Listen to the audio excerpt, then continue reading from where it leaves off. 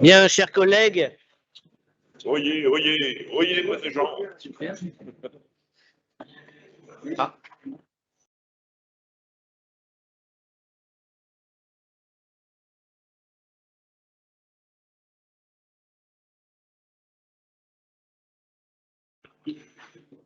Merci de votre silence, mais au moment où j'arrive, on se rend compte que personne ne va pouvoir parler, ce qui est assez utile finalement pour la démocratie, puisque c'est pas allumé. C'est pas grave. Bonsoir à toutes et à tous. Vous avez pu prendre connaissance de ce conseil communautaire avec 25 points à l'ordre du jour, ce qui ne fait pas partie des conseils les plus chargés en termes de nombre de points à l'ordre du jour. Néanmoins, Yannick Touran s'est porté volontaire pour être secrétaire de séance. Il est là, donc ça tombe bien. Et je vous propose de passer à l'appel sans plus tarder. Patrick, sauf que...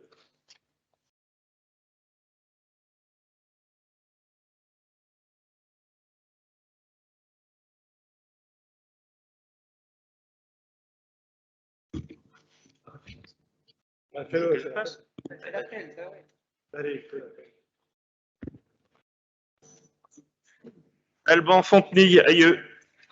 Moi, je lis et tu... Apinac, Simone Christin Lafont. Ah, je dis pas la commune, non. Jean-Claude Garde, Quentin Paquet, Pierre-Jean Rochette, Laure Chazelle a donné pouvoir à Christophe Pochon, Claudine Cour, André Gay, Thierry Deville, Hervé Bru, Christine Bertin a donné pouvoir à Thierry Deville, Serge Derory, Frédéric Serret, absente. Marie-Thérèse Giry a donné pouvoir à Alban Fontenille. Sylvie Genebrier s'est excusée et remplacée par Alain Dumoulin. Alfeo Guillotto, Valérie Goutfard, Pierre Giraud a donné pouvoir à Claudine Cour, Patrice Couchot, Marc Pellardi, Christiane Bringary, Roland Bost, Georges Thomas a donné pouvoir à Thierry Hareux, André Barthélémy, excusez, Karine Gandret, Michel Jassler, Pierre Barthélémy, Yannick Touran, Christian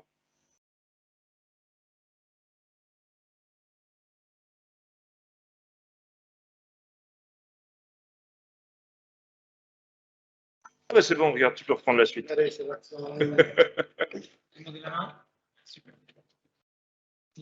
Juste une précision. C'était en place, ça marchait, mais un membre de l'exécutif ou je ne sais qui, en s'asseyant, a débranché le bazar.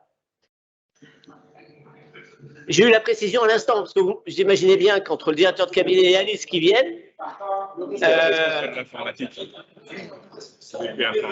j'ai dit très gentiment à Alice, mais très gentiment. Et comment ça se fait que ça ne marche pas quand j'arrive? Très gentiment.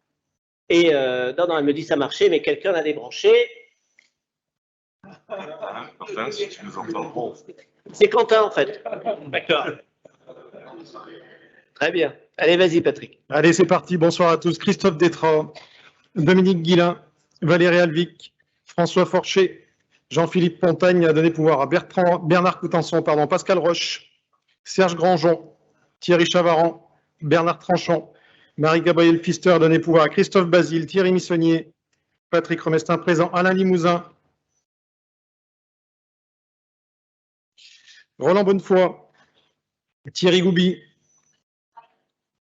ok, Pierre Verdier, Georges Boncompin, Daniel Dubost, René Avril, Bernard Coutançon, Christophe Basile, Christiane Bayet, Abderrahim Bentayeb, Jean-Yves Bonnefoy, Pierre Contrino a donné pouvoir à Jean-Paul Forestier, Géraldine Dergelé a donné pouvoir à Abderrahim Bentayeb, Catherine Doublet, Jean-Marc Dufix, Jean-Paul Forestier, Bernard Cotier, Cindy Giardina, Martine Grivillère a donné pouvoir à Cindy Giardina, Cécile Mariette, Gérard Vernet, Martine Matra, Stéphanie Fayard, Julien Degout, Gérard Barou, Michel Robin remplacé par Jocelyne Barrier, Pierre Garbil, Monique Ray remplacée par Agnès Guittet, Christelle Masson, Stéphanie Bouchard a donné pouvoir à David Buisson, Patrick Ledieu, Joël Épinat, Marc Archer, Rachel Meunier-Favier, David Sari a donné pouvoir à Pascal Roche,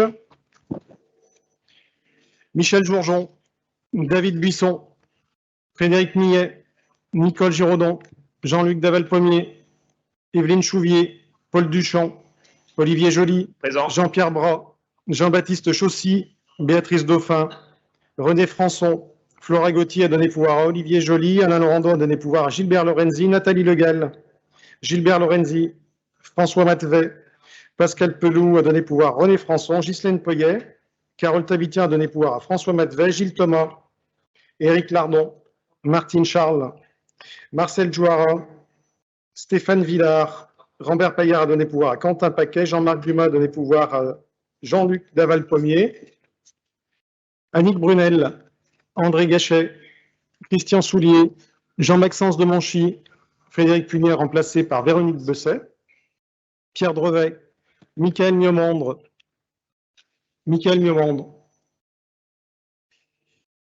Jean-René Jandel, Jean-Marc Grange a donné pouvoir à Marie-Thérèse Gagnère, Christophe Breton a donné pouvoir à Pierre Verdier, Julien Ronzier, Yves Martin, Sylvie Bonnet, Thierry Hareux, Nicole Pinet a donné pouvoir à Yves Martin, Gérard Peslon excusé, Alexandre Palmier, Yves Duport, Hervé Béal, par Josette Foléa, ok, Jean-Paul Tissot, Hervé Perronnet, absent, remplacé par Thierry Mayer, et Bertrand Daval a donné pouvoir à Julien Degout.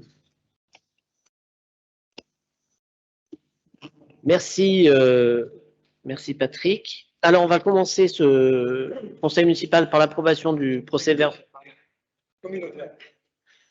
Ça commence bien. Ce conseil communautaire, vous allez voir le lapsus pourquoi il est. Par l'approbation du procès-verbal du 5 avril 2022, est-ce qu'il y a des remarques ou des commentaires? S'il n'y en a pas, qui est contre, qui s'abstient? Je vous remercie. Et donc, on va installer un nouveau conseiller communautaire pour la ville de Montbrison, d'où mon lapsus, suite à la démission d'Olivier Gaulin, conseiller municipal à la ville de Montbrison, pour des raisons qui lui sont personnelles. C'est Bernard Cottier qui le remplace. Donc Bernard, on se connaît un petit peu, donc bienvenue Bernard Cottier. Est-ce que tu veux dire deux mots? Alors il faut appuyer, alors je t'explique. Le fonctionnement, c'est qu'il faut appuyer sur le gros bouton rouge, même si tu le connais le fonctionnement. Voilà, toc. Bien, bonsoir à tous. Donc, Bernard Cottier, je suis retraité de l'agroalimentaire. À l'heure actuelle, je suis agriculteur et je pratique aussi de l'agrotourisme. Je suis conseiller municipal à la ville de Montbrison et président d'une association qui s'appelle MMPT, qui veut dire Montbrison Moins pour tous, et qui est une association d'aide aux élus. Alors, je vous arrête tout de suite, hein, c'est que pour Montbrison que je suis l'aide aux élus. Voilà.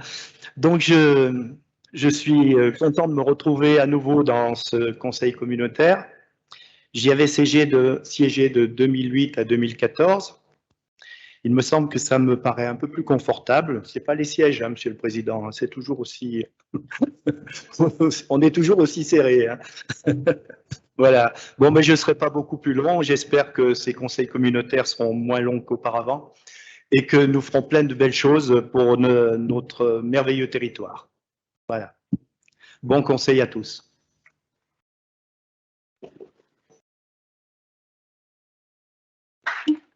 C'est l'occasion de saluer l'engagement de chacune et chacun, que ce soit dans cette enceinte ou que ce soit dans les conseils municipaux, où chacun de nous, en tant que maire, peut constater que quelquefois, cet engagement s'effrite au cours du temps. Je me souviens qu'on a eu souvent des conversations sur la présence dans les commissions, les comités ou dans les instances de COPIL ou autres, et on disait, ou j'ai entendu dire, et j'entends encore, que bah oui, mais l'agglo, c'est compliqué. À venir dans vos conseils municipaux, je me rends compte que ce phénomène ne concerne pas que les instances de commission et comités de l'agglo, et que vous-même et nous-mêmes, en tant que maire, on a quelques difficultés par moment à mobiliser nos élus et on se rend compte aussi que dans les associations, ils ont du mal à mobiliser les engagements. Donc je crois que chacune et chacun d'entre nous devons saluer à chaque fois que c'est possible l'engagement des gens et le reconnaître. C'est déjà ça, et y compris dans le monde politique auquel nous appartenons tous, même si on a tendance, nous tous, à se dire, entre le national et nous, c'est quand même pas toujours la même chose, on n'a pas envie d'être associé à cette politique politicienne. N'empêche que nous devons systématiquement saluer l'engagement des élus, parce que cet engagement d'élus, il est fondamental, et je crois qu'on doit le reconnaître. Et je pense que collectivement, on a un travail à faire, en tout cas, je m'y emploie, et à chaque fois que nous avons l'occasion de saluer des élus d'installation au conseil communautaire, il faut le faire, il faut le reconnaître, et dans l'ensemble des conseils municipaux, c'est notre tâche qui devrait être quotidienne, quels que soient nos engagements de politique. On poursuit avec les marchés publics, et alors bienvenue bien sûr à Bernard Cottier, quand même, et on poursuit avec Yves Martin et un ensemble de marchés publics. Merci Président, bonsoir à toutes et tous. Alors, une série de marchés. Le premier marché, c'est l'acquisition de véhicules neufs et d'occasion. Les critères de jugement des offres sont le prix 50%, la valeur technique 35%, le délai de livraison 15% pour le lot 1 et pour le lot 2, pour les autres lots, pardon, le prix 50%, la valeur technique 25%, le délai de livraison 5% et l'essai sur route 20%. Alors, le lot 1, il s'agit de véhicules neufs et tous les autres lots, ce sont des véhicules d'occasion. À savoir que pour ce marché, nous n'avons eu aucune réponse. Ce qui nous oblige, compte tenu de l'agenda des conseils communautaires, et pour ne pas retarder l'exécution de ce marché, il est proposé au conseil communautaire d'avoir recours à un marché sans publicité, ni mise en concurrence préalable, lorsqu'aucune candidature ou aucune offre n'a été déposée. Il convient aussi de compléter les délégations accordées au président en matière de signature des marchés publics en l'autorisant à signer ces marchés avec les sociétés mieux-disantes pour les montants maximum suivants. Vous remarquerez que les montants ont été un petit peu augmentés. Je vous explique pourquoi, et ça expliquera aussi le fait que nous n'ayons pas reçu de réponse à ce marché. Vous n'êtes pas sans savoir que le marché du véhicule automobile est actuellement très tendu, aussi bien au niveau des véhicules neufs qui sont très difficiles à avoir et au niveau des véhicules d'occasion puisque eux sont encore plus sollicités. Donc du coup, on a augmenté chacun des lots, pour certains de 10 000 €, pour d'autres de 1 000, pour d'autres de 5 000. Donc il convient d'autoriser le président ou son représentant à signer toute modification de contrat éventuelle dans la mesure où elle n'impacte pas le montant du marché. Y a-t-il des questions par rapport à cela ?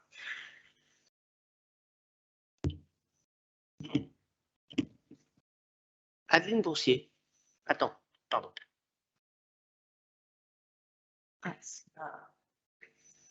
Bonsoir à tous. La question, c'est plus sur le matériel technique, tout ce qui est engins, mini-pelles et camions bennes. C'est pour quel service? Alors, ça comprend plusieurs services, mais dans le détail, je peux peut-être laisser la parole à François Matvet, parce qu'il est peut-être plus la même que moi. Parce que, de rien, François, de rien. Patrice Couchot va répondre parce que ça doit concerner le service de l'eau. Effectivement, c'est le service de l'eau, notamment pour la reprise en régie sur la commune de Saint-Just-Saint-Rambert. Voilà, principalement. Et la structuration aussi du service suite à la validation du 14 décembre 2021. Voilà. Pour informer mon cher collègue, je te remercie de cette excellente question, c'est que il y a la responsabilité du patrimoine automobile, mais ils sont dispatchés dans différents services. Et vous avez eu la réponse, c'était le bon service. Est-ce que la réponse te convient? Très bien. Simplement, je rajoute Yves, si tu peux me le permettre, parce que c'était l'objet d'une réflexion profonde. C'est la première fois que vous avez une délibération sur l'achat de véhicules. Pourquoi? Parce que jusqu'à maintenant, l'AGLO achetait des véhicules à l'UGAP. Donc, il n'y avait pas de délibération ni de marché sur l'achat de véhicules. Donc, la volonté a été, suite à un audit interne, et il y a d'autres audits internes qui sont menés aujourd'hui, que ce soit sur la facturation ou assainissement, que ce soit sur donc la facturation au assainissement, et ça répond à une des questions qu'on a eues, c'est-à-dire facture unique et mensualisation. Donc des audits assez compliqués parce que ça concerne également la DGFiP. Des audits également sur la probité générale, que ce soit les élus ou les agents. Un certain nombre d'audits sont lancés dans la collectivité, dont le parc automobile. Et François Madvet a été à l'initiative de cet audit sur le parc automobile. Et malgré cette délibération qui vous montre un certain nombre d'achats, c'est une délibération qui en fait matérialise qu'on achète ces véhicules en local, en tout cas quand ils répondent au marché local, et de deux, l'optimisation du parc automobile et des économies substantielles qui sont réalisées et des redispatchages des véhicules. Donc voilà, c'est une vraie volonté d'audit aujourd'hui. Pourquoi? Non pas parce que je vous laisse croire que l'administration fonctionne mal ou n'importe quoi, c'est pas le sujet. Le sujet, c'est que l'agglo a énormément évolué en très peu de temps, on l'a tous vécu et subi, et que cette évolution qu'on a tous subie et vécue fait qu'à un moment donné, tout va très vite, et il faut qu'on se repose des questions et qu'on se remette en cause. Voilà, donc ça commence par des audits internes, on verra après si on a besoin d'œil extérieur, ce qui n'est pas à évacuer. Mais cela dit, pour le moment, on en est là. Donc cette délibération qui est tout à fait nouvelle, c'est la première fois que vous êtes amené à être sur des marchés publics, je peux vous assurer que les comptes, et Olivier Joly, il regarde ça de près, sont surveillés de très près, et petit à petit, vous aurez un certain nombre de choses nouvelles qui apparaîtront suite à ces audits. Bernard Coutançon. Oui, je pense qu'il y a certaines précisions quand même qu'il faut donner. Lors de Scopil, on a beaucoup insisté sur le fait que les véhicules devaient rouler. C'est-à-dire qu'on ne va pas laisser des véhicules au garage. Il faut vraiment rentabiliser très fortement ce patrimoine. De notre côté, pour les appels d'offres, on peut se poser la question de savoir pourquoi certains véhicules sont achetés neufs. Ça n'a pas été précisé, hein, je ne vais pas mettre complété, c'est que certains véhicules neufs ne se trouvent pas en occasion. Certains véhicules électriques ou de 4x4 électriques ou de 4x4 même neufs, c'est pratiquement introuvable. Ce qui est intéressant aussi, c'est le fait d'avoir un appel d'offres qui est infructueux. Parce que le fait de n'avoir personne qui réponde, on peut après s'adresser aussi au garagiste local. Et ça, peut-être que ça pourrait nous servir, j'allais dire, entre guillemets, de leçon pour d'autres appels. C'est-à-dire qu'on peut peut-être trouver une solution pour faire un appel où il n'y a personne qui réponde, et ça permettrait comme ça de s'adresser un petit peu plus au marché local.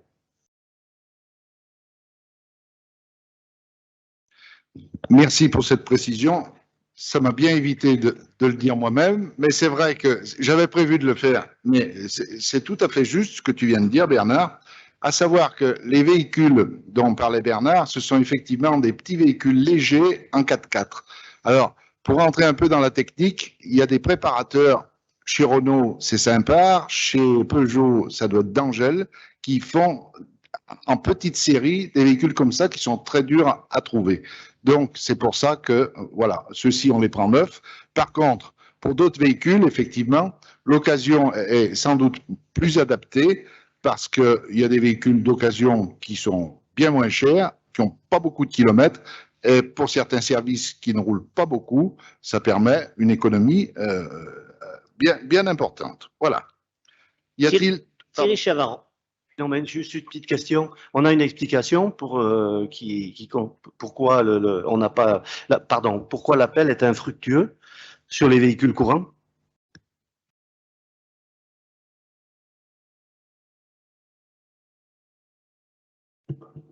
Oui, je peux répondre à la question. C'est qu'aujourd'hui, il y a des délais tellement impressionnants et il y a même certains modèles où il n'y a pas de délai.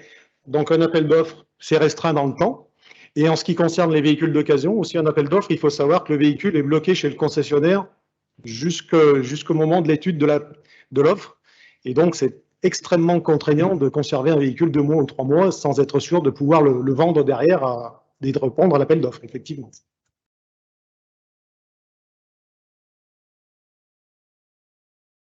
S'il n'y a plus de questions, nous passons au vote.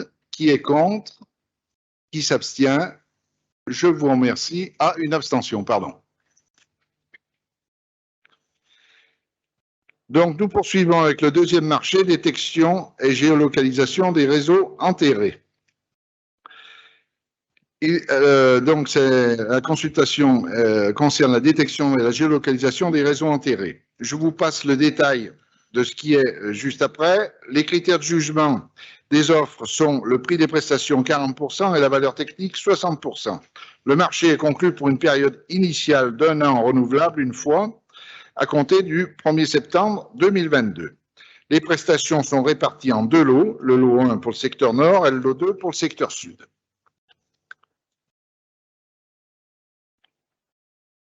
L'estimatif pour le lot 1 est de 93 375 € hors taxe et ce lot a été attribué au groupement BDR Détecte Réseau associé à Active Réseau SPTP et pour 91 420 € hors taxe. Et le lot 2, pour un estimatif de 75 055 € hors taxe, a été attribué au groupement ATDEC Cholton pour 63 755 € hors taxe.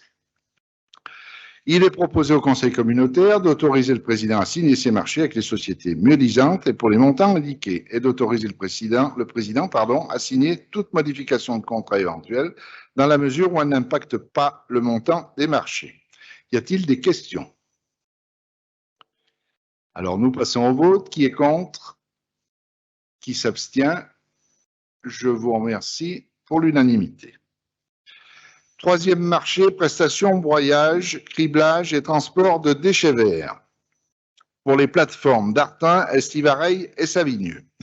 Les critères de jugement des offres sont le prix 45%, la valeur technique 45% également et la protection de l'environnement 10%.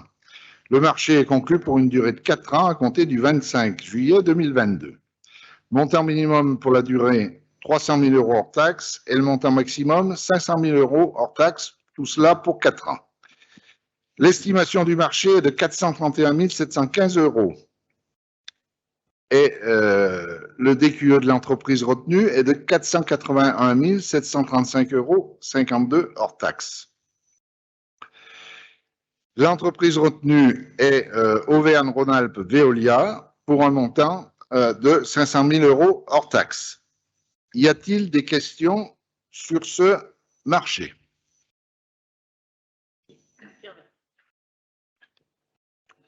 Oui, combien il y avait d'entreprises qui avaient soumissionné sur ce marché, s'il vous plaît? Il y en avait 3. Il y a peu de concurrence. Hein? Ah ben oui, c'est quand même assez spécifique là. Hein.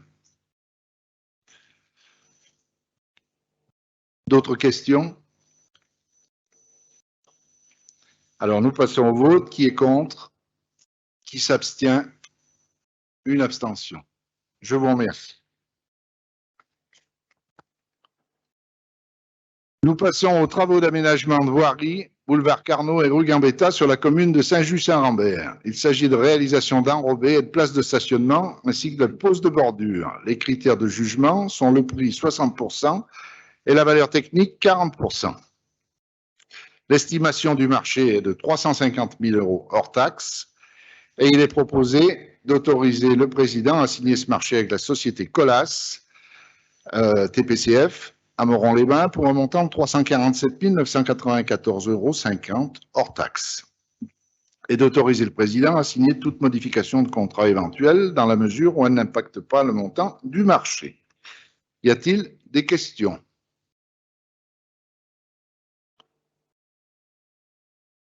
Pas de questions. Nous passons au vote. Qui est contre?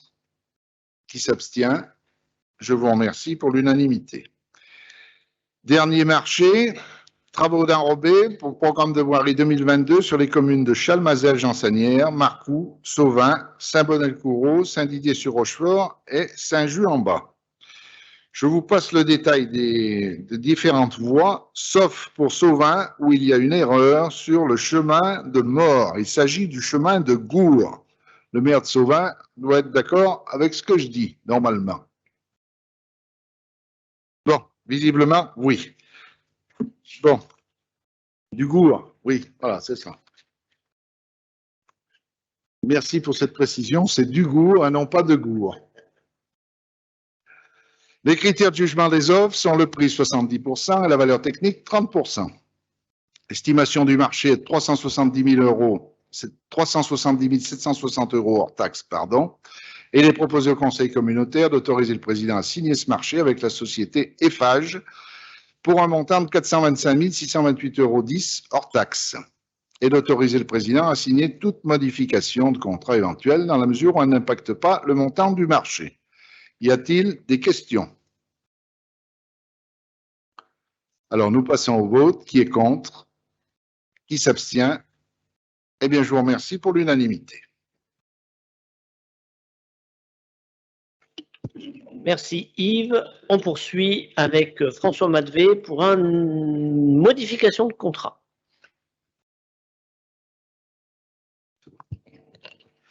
Bonsoir à tous.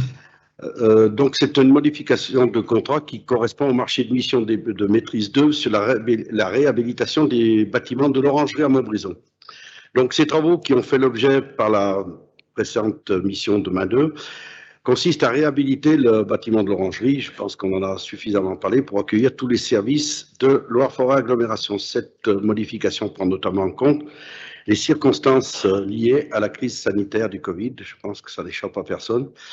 En effet, cette opération de réhabilitation du bâtiment de l'Orangerie fait l'objet d'une révision de la maîtrise d'œuvre, a fortement été impactée par cette crise. À titre d'exemple, des arrêts de chantier et des décalages d'exécution de prestations ont été rendus nécessaires. Donc, je vais vous donner un petit peu des détails. Lors du démarrage de cette opération, les travaux amiantes avant les travaux définitifs a été remis tardivement. Ainsi, cela a entraîné un décalage et un démarrage des travaux qui, par conséquent, a créé un allongement de travaux d'une durée de 4 mois. Loire-Forêt Agglomération accepte de donner une suite favorable à la démarche de rémunération complémentaire de la maîtrise d'œuvre d'un montant de 9 933 000 euros hors taxe.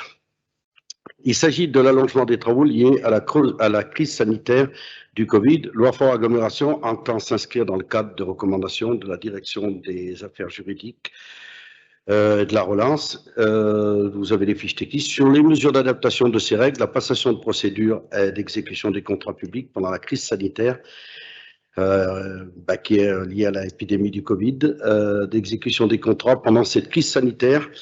Donc, elle accepte de prendre pour ça la demande de rémunération complémentaire pour un montant de 13 658,33 euros.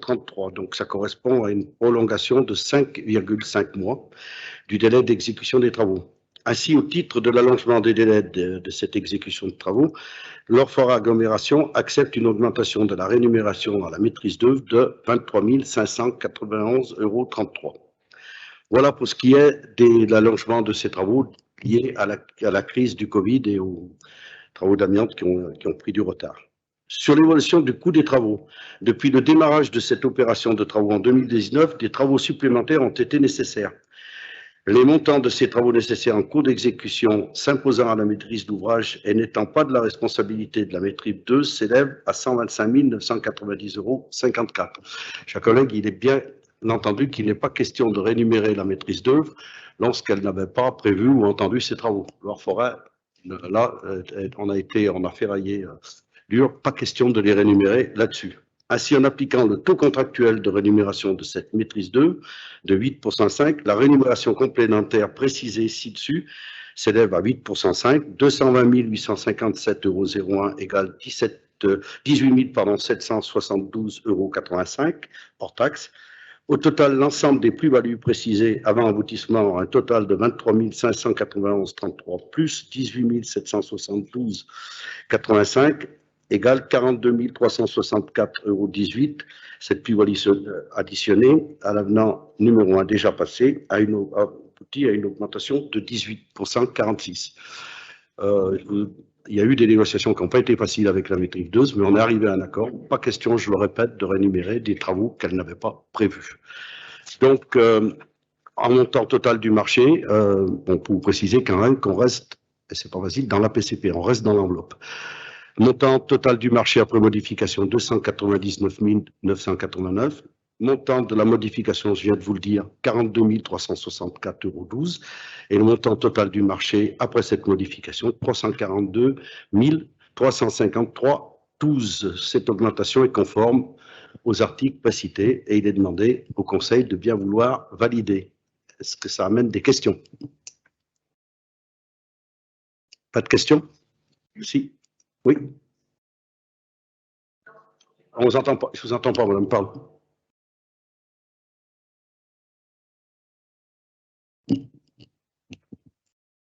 Juste pour retrouver le 220 000, j'ai posé une question par mail, j'ai eu une réponse. Je pense que si vous voulez en faire part à tout le monde, ça permet de comprendre comment on arrive à ces 220 000. Je vous invite à reposer votre question. Ah, pardon.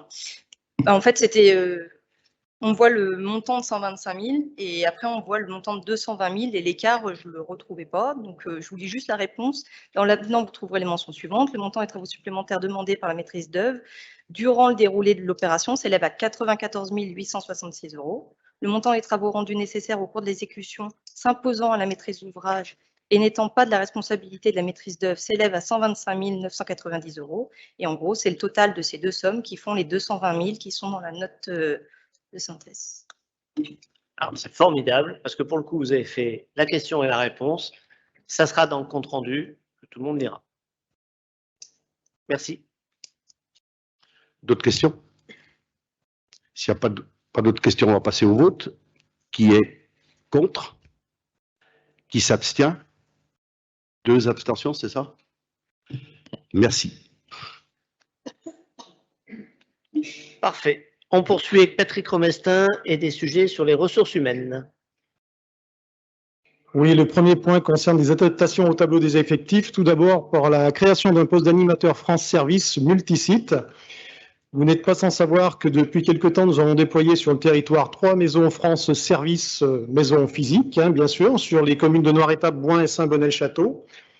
Et là, il vous est tout simplement proposé la création d'un poste permanent à temps plein pour intervenir sur les communes de Sury-le-Comtal, Chalmazel, Jansanière et Verrières-en-Forêt, cette fois-ci sur une maison France Service multisite.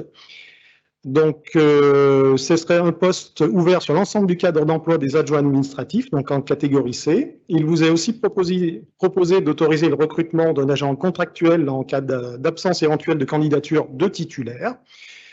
Vous rappelez aussi que c'est une des priorités du plan de mandat de François Forcher. C'est un poste qui est financé, bien sûr, dans le PPI. C'est un poste qui sera aidé par l'État par le biais du Fonds national d'aménagement et de développement du territoire et à 50% aussi par le Fonds national de France Service. Vous voyez, il devrait y avoir un reste à charge d'un peu plus de 3 000 € pour l'agglomération. Ça, c'est pour le premier poste d'animateur France Service multisite. Ensuite, la même chose pour la création d'un poste de technicien agricole et zone humide. Donc ça, c'est dans le cadre du projet agro-environnemental et climatique. Cette fois-ci, c'est tout simplement l'agglo qui est en train de travailler sur un contrat territorial, cette fois-ci sur le bassin versant Marbonçon, comme il avait été fait sur le bassin versant du Lignon. Et là, il vous est proposé de créer ce poste de technicien agricole et zone humide en catégorie B dans le cadre d'un contrat de projet de 5 ans. Là aussi, le coût estimé est à 35 000 €, cette fois-ci subventionné à 80% par l'Agence de l'eau Loire-Bretagne et 30% par le PEREC. Donc, avec un reste à charge, en gros, de 7 000 €. Vous rappelez là aussi que c'est un poste qui a été financé dans le PPI. Là, c'est David Buisson, c'est la délégation de David Buisson. Ensuite, on part sur des transferts d'agents dans le cadre de la reprise en régie du service eau potable. Ça, c'est pour le secteur de Saint-Just-Saint-Rambert, comme l'a dit Patrice Couchot tout à l'heure. Donc, ça avait été avalisé par le Conseil communautaire pas plus tard que le 14 décembre 2021. Donc, je ne vais pas vous relister tous les postes. Vous voyez qu'il y a 6 postes qui seront repris, des postes de catégorie C. Est-ce que ça amène des questions sur cette partie? Non. Ensuite, on passe à des modifications de poste. Une question, pardon. Oui. Oui, je m'interrogeais simplement sur la création du poste technicien agricole et zones humides pour une durée, un contrat de 5 ans.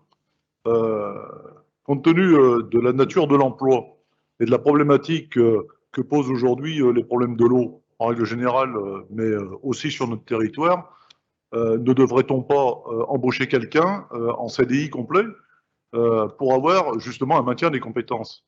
Parce que sur 5 ans, est-ce qu'on a fait l'étude des personnes qui, des possibilités de remplacement de personnes partant en retraite? Est-ce qu'il y a eu une gestion prévisionnelle de l'emploi d'effectuer sur ce poste-là? Pour l'instant, comme il a été dit, c'est un contrat de 5 ans qui sera aidé sur 5 ans. Donc 5 ans, c'est à la fois court et c'est à la fois long. Donc ça laissera toute mesure, si en est besoin, d'agir à ce moment-là durant cette durée. Le problème auquel on s'expose, c'est qu'une personne qui acquiert des compétences de ce type-là peut être sollicitée par ailleurs et on peut le perdre en cours de contrat. Si un CDI lui est proposé par ailleurs, c'est tout. Je pense qu'en termes de sécurité, surtout sur ces types de postes, ce serait bien d'embaucher en CDI. Ok, remarque prise en compte. Modification de poste, donc poste d'instructeur ou instructrice ADS. Donc c'est un poste ouvert aujourd'hui en catégorie B sur les grades de rédacteur, rédacteur principal deuxième classe, technicien et technicien principal deuxième classe. Et il vous est proposé dans le cadre d'un recrutement externe, donc d'un agent titulaire, d'ouvrir également ce poste sur rédacteur et technicien principal première classe, toujours en catégorie B. Ensuite, nous sommes sollicités par la commune de Sainte-Agathe-la-Boutresse pour augmenter le temps de travail du poste de secrétariat de mairie dans le cadre du service commun. Et nous passerions donc une quotité horaire de 20 heures à 30 heures hebdomadaires. Et c'est une augmentation qui serait effective à partir du 1er septembre 2022. Et le dernier point concerne des modifications d'indice de rémunération. Pour le poste 414, c'est un poste de technicien électromécanique avec un indice majoré de 355. Le poste 482 avec un indice majoré de 513, un poste de référent qualité-performance pour l'assainissement. Et le poste 444, poste de chargé de projet études et travaux, ça c'est pour le bureau d'études, un indice majoré de 445. Est-ce qu'il y aurait des remarques ou des questions sur ces points? S'il n'y en a pas, oui. Vas-y, Pierre. Oui, je voudrais profiter, là, puisqu'on est sur l'effectif, de savoir combien on a à l'agglo en ce moment. Combien on a de salariés à l'agglo, s'il vous plaît. Alors, on doit être en équivalent temps plein à 458 de tête. 456 458, donc oui, c'est en équivalent temps plein, et ça fait à peu près 500 agents sur la globalité. Ça répond à ta question, Pierre? Merci. Non, mais au-delà de cette question, je voudrais quand même préciser quelque chose. Ce tableau des effectifs qui est présenté aujourd'hui est typique de ce qu'on a vécu depuis quelques années où je vous ai dit qu'on demande, entre autres, et on a demandé un audit interne. Et non pas pour pointer le personnel. Mais cette question lâchée sans explication est une question qui pourrait faire croire que l'entité est une administration qui grossit. Ça répond à du désengagement de l'État depuis des années. Du désengagement, dans un premier temps, imposé aux communes, se rendant compte qu'au final, ça ne peut pas être porté, et on connaît tous les situations communales aujourd'hui, et donc les agglos sont les bienvenus.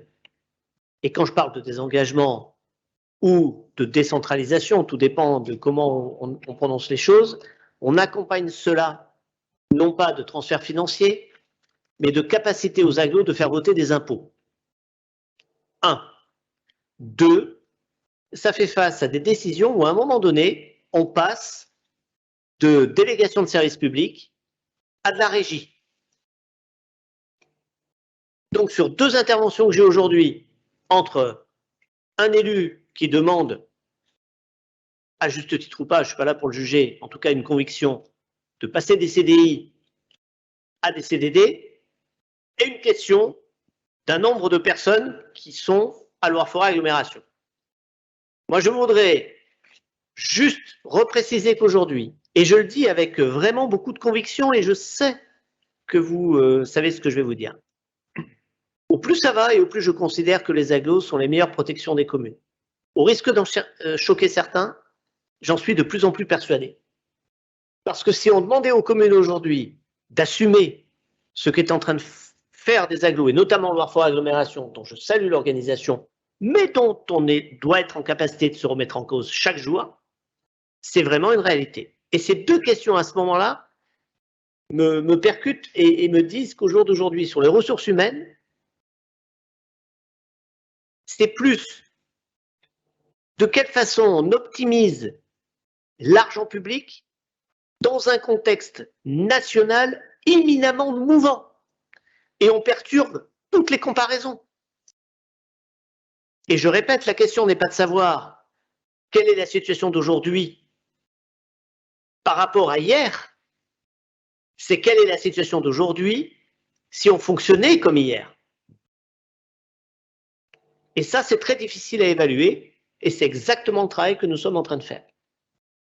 Et après, il y a de vraies décisions politiques qui sont à un moment donné, ben voilà, on a un PPI, on prend la décision d'augmenter un certain nombre de taxes, on prend la décision d'augmenter un certain nombre de recettes, et puis demain, on prendra la décision de ne pas le faire et on se débrouille en interne pour savoir comment on réagit face à tout ça. Donc voilà, je voudrais juste insister là-dessus parce que le débat sur les ressources humaines et ce pointage naturel, hein, qui est d'un côté de dire on a une fonction publique, on doit travailler en régie, on doit faire des transferts de compétences, on doit aller sur des orientations où effectivement par moment les DSP ne répondent pas aux besoins, et d'un autre, ah oui, on a de plus en plus de compétences à l'agglo et plus en plus de transferts de compétences.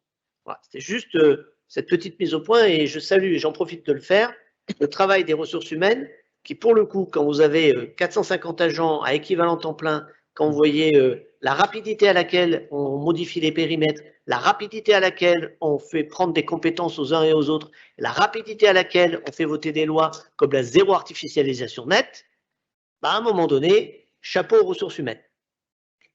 Eh bien, tout simplement pour ajouter que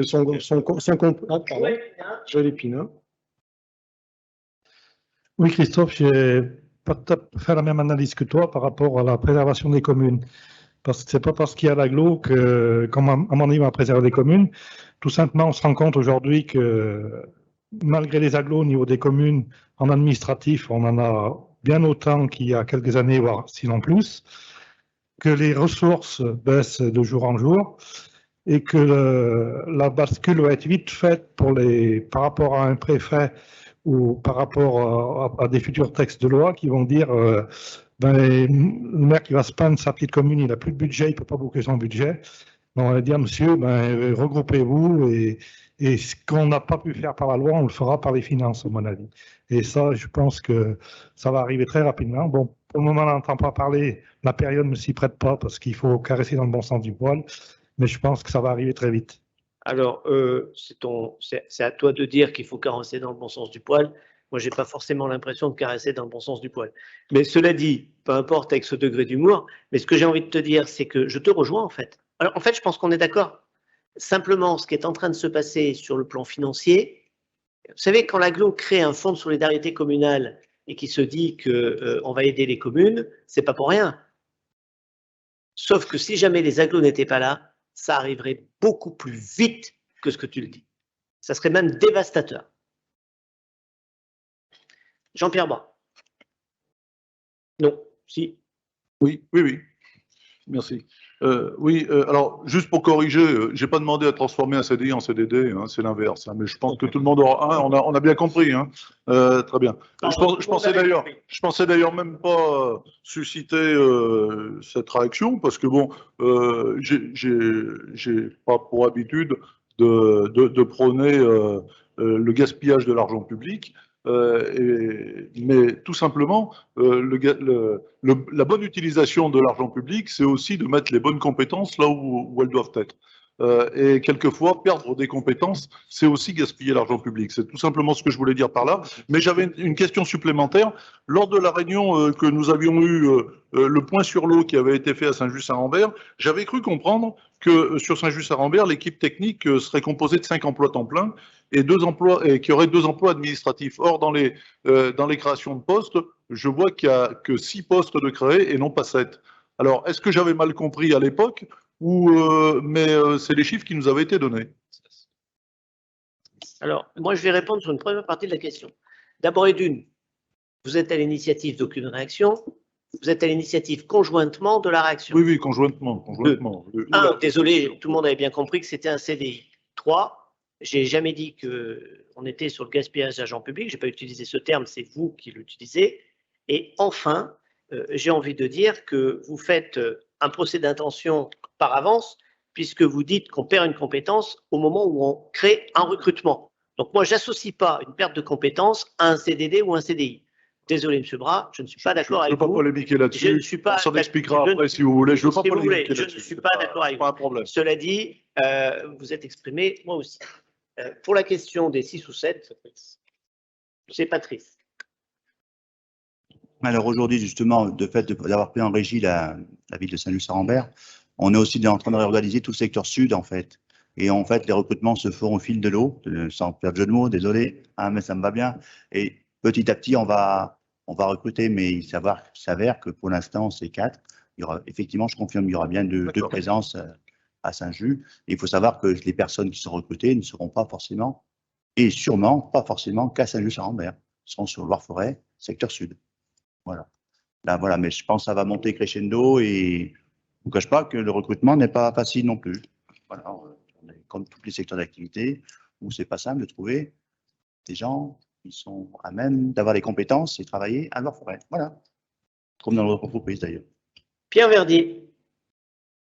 Oui, je vais revenir sur la question de l'effectif, qu'apparemment vous a pas plu, M. le Président. Si, elle m'a plu, elle m'a permis d'enfoncer. Je voudrais simplement dire que avec 450 personnes et 500, enfin, effectivement, on a recréé une administration qu'on s'était battu il y a 15 ans pour la faire disparaître. Et nous, élus, on a refait une autre. Pas tout à fait pareil, tu vas me dire, parce qu'on va me dire à l'agglo, ils sont plus...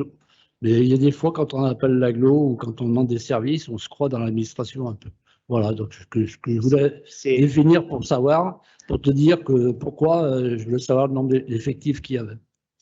Alors Pierre, c'est vrai que je n'ai pas ton historique, hein, ça c'est sûr. Je ne peux pas remonter à la mémoire que toi-même tu as. La seule chose que je peux te dire, c'est que la raison pour laquelle je dis à l'ensemble des maires et des élus qui sont ici que les élus parlent aux élus.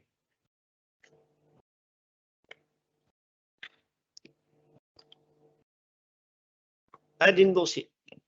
C'est juste une précision, quand il y a des transferts d'une entreprise privée à une entreprise publique, il y a des propositions de reprise de personnel qui sont faites, mais ça ne veut pas forcément dire que le personnel suit. Donc peut-être qu'à une époque, il y avait 6 propositions, mais que l'ensemble du personnel n'a pas forcément accepté ces propositions. Là, on est bien d'accord qu'on ouvre 6 postes. Merci Adeline Boursier.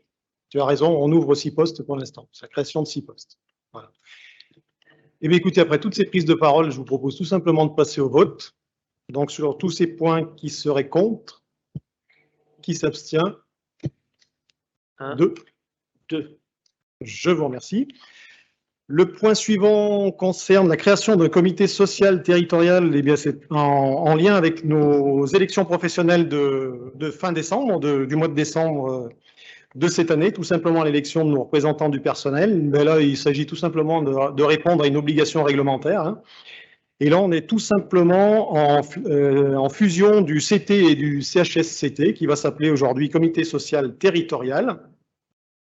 Il vous est proposé le paritarisme afin de favoriser le dialogue social au sein de cette institution, donc avec 5 représentants pour les 2 collèges. Et il vous est également demandé aussi d'approuver l'utilisation du vote électronique pour les élections professionnelles de fin d'année.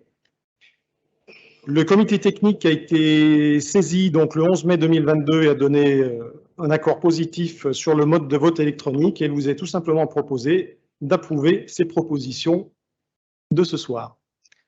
Est-ce que ça soulève des questions, des observations? A priori, non. On va passer au vote. Qui serait contre? Qui s'abstient? Merci. Et le dernier point, il s'agit tout simplement de vous demander l'autorisation de reconduire la subvention à l'association du personnel de Loire-Forêt Agglomération. Et il vous est proposé d'attribuer, comme l'an passé, une somme de 19 600 € pour l'année 2022. Là aussi, est-ce que ça suscite des commentaires ou des questions? Sinon, on passe au vote. Qui serait contre? Qui s'abstient? Je vous remercie. On poursuit avec Georges Thomas et des sujets voirie. Eh bien, ce ne sera pas Georges Thomas, ce sera Yves Martin. J'ai aucune prétention pour le remplacer, hein, croyez-le bien, mais comme il n'est pas là ce soir, voilà, il m'a été confié de parler à sa place sur 3 sujets. Tout d'abord, un fonds de concours voirie. Je ne répéterai pas la définition du fonds de concours, tout le monde la connaît, elle vient compléter l'enveloppe communautaire, le cas échéant, pour des travaux plus importants. Il s'agit d'un fonds de concours demandé par Boissel et Moron, concernant des travaux sur le chemin de la Roche et la place du Lavoir. Le montant TTC de l'opération, 56 056,83 €. Les subventions, 8 044 €. Le FCTVA, 9 195,56 €. Il reste donc un montant net de 38 817 €. Et donc, la moitié de ce montant autorise un fonds de concours de 19 408 € et la commune décide d'apporter 19 000 €. Y a-t-il des questions par rapport à cela? Il n'y en a pas, je vous propose de passer au vote. Qui est contre? Qui s'abstient? Je vous remercie pour l'unanimité. Le deuxième sujet est la modification de contrat de travaux d'aménagement de voirie de la rue Jeanne d'Arc à Montbrison. Il s'agit là de rajouter une emprise complémentaire sur cette rue qui concerne l'impasse Jeanne d'Arc, avec reprise du trottoir existant et des enrobés de voirie suite aux constructions faites par Loire Habitat. Des prestations complémentaires doivent être demandées aux titulaires du marché. Bon, sachant qu'on était en travaux sur cette rue, on s'est aperçu qu'il y avait nécessité de rajouter cela. Il aurait été malvenu de ne pas le faire. Et cette modification, donc numéro 1, représente une plus-value de 29 901,50 € hors taxe, qui porte le montant du marché à 387 659,25 € hors taxe, représentant ainsi une augmentation de 8,35%, qui est compatible avec les exigences de l'article R 2194-8 du Code de la commande publique. Il est proposé au Conseil communautaire de bien vouloir approuver la modification numéro 1 telle que présentée ci-dessus et d'autoriser le président ou son représentant à la signer. Y a-t-il des questions? Donc nous passons au vote. Qui est contre? Qui s'abstient? Je vous remercie pour l'unanimité. Et enfin, le dernier sujet concerne la modification de contrat de travaux de la Grande Rue Franche sur la commune de Chirilcontal. Très belle commune au demeurant. J'en profite. Bien, là aussi, nous avions un gros chantier sur cette rue et il est apparu que certains travaux étaient nécessaires et venaient en plus sur ce projet. Cette modification représente une plus-value de 25 857,80 € hors taxe et qui porte le montant du marché à 311 896,85 € hors taxe, représentant une augmentation de 9% compatible, elle aussi, avec l'article R 2194-8 de la commande publique. Il est proposé au Conseil communautaire de bien vouloir approuver la modification numéro 1 telle que présentée ci-dessus et d'autoriser le président ou son représentant à le signer. Y a-t-il des questions? S'il n'y en a pas, nous passons au vote. Qui est contre? Qui s'abstient? Eh bien, je vous remercie pour l'unanimité et pour Chirilcontal, bien évidemment. Merci Yves, qui a brillamment remplacé Georges Thomas, qui a été extrêmement efficace. Et je passe la parole à Olivier Joly pour un sujet de finance. Oui, bonsoir. Enfin non, bonsoir d'ailleurs. Oui, un sujet traditionnel qui revient périodiquement de notre enceinte, l'admission en non-valeur de certaines créances qui vous ont été détaillées dans la note de synthèse qui vous a été transmise. Concernant le budget général, il vous est proposé de passer 41 652 € en non-valeur avec une répartition 31 472 en créances admises en non-valeur, 264 € en créances minimes et 9 916 € en créances éteintes. Sur le budget d'ordures ménagères, nous avons un total de 68 168 € qui se répartit en 36 139 € de créances prescrites, 14 012 de créances éteintes. 17 717 de créances admises en non-valeur et 298 en créances minimes. Concernant le budget assainissement, il y a là 90 014 euros à passer, dont 51 409 en créances admises en non-valeur, 33 555 en créances éteintes, 3 830 en créances minimes et 1218 en créances prescrites. Et concernant le budget d'eau potable, nous avons 29 662 euros à passer, répartis en 20 246 en créances admises en non-valeur, 2 264 en créances minimes, 7 001 en créances éteintes et 149 en créances prescrites. Tout cela a été détaillé un peu plus lors de la réunion de la commission moyens généraux qui a eu lieu mercredi dernier, avec encore un peu plus de détails sur les taux de recouvrement, les relances et tout le système mis en place au-dessus et avant ces admissions en non-valeur. Y a-t-il des questions?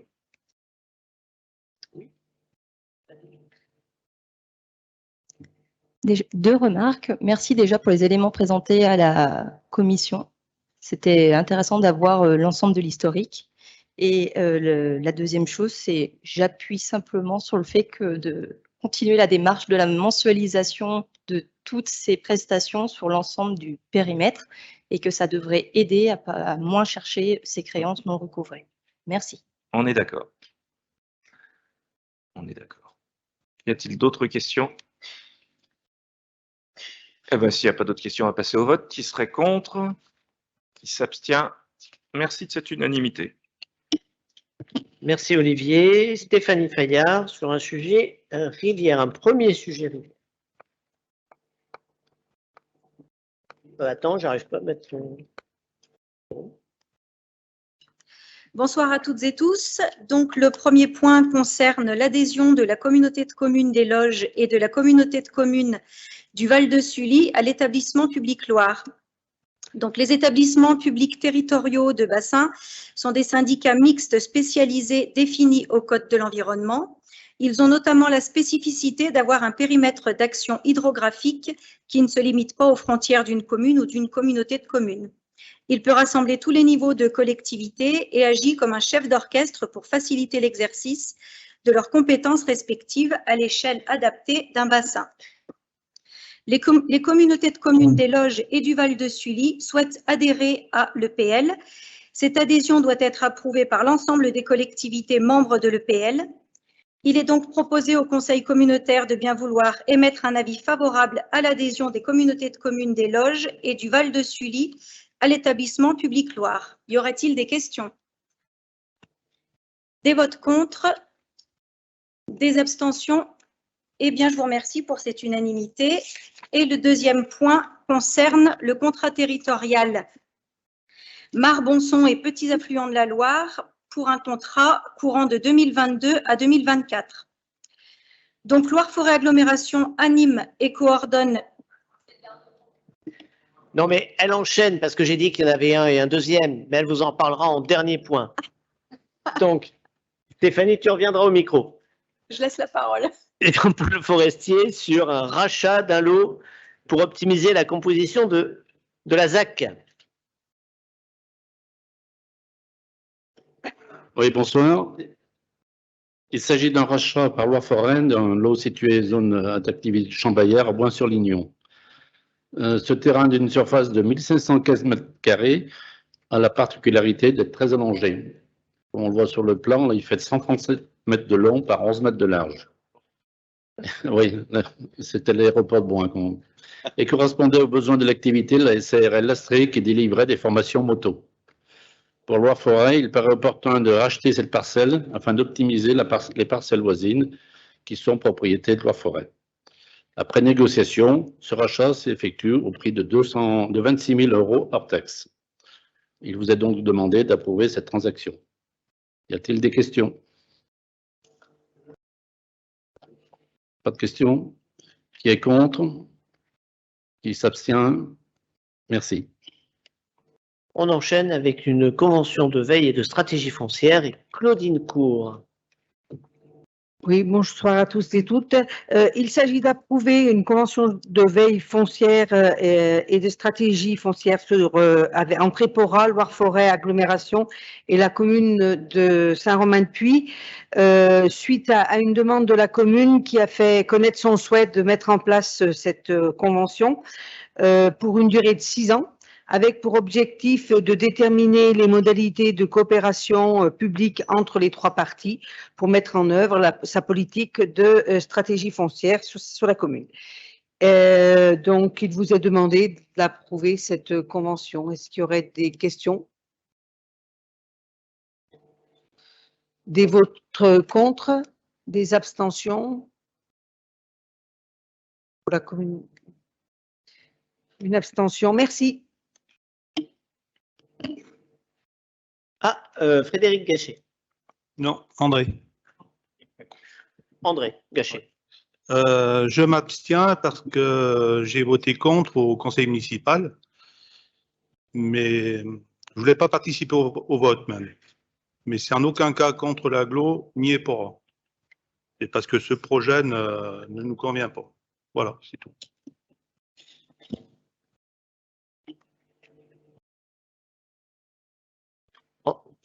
Attends, pardon, André. À Saint-Romain, il y avait déjà une convention de veille foncière et on est passé en convention opérationnelle en fin 2021. Et là, on rajoute une autre convention pour un autre secteur.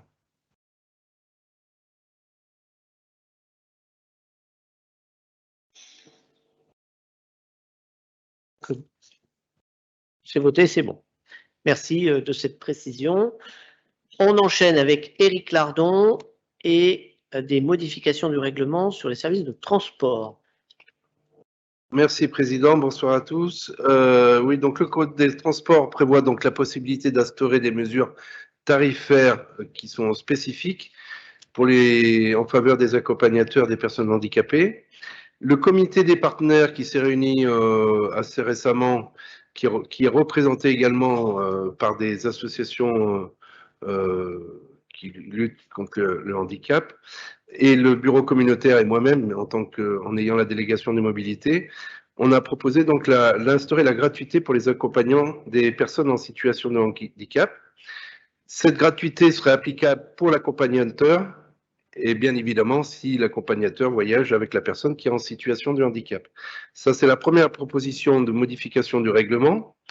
Et la deuxième concerne la navette. Il est proposé donc de revoir à la baisse le montant des abonnements des 2 services en portant donc ces nouveaux tarifs à un abonnement mensuel à 20 € au lieu de 25 et de l'abonnement annuel à 180 € au lieu de 200.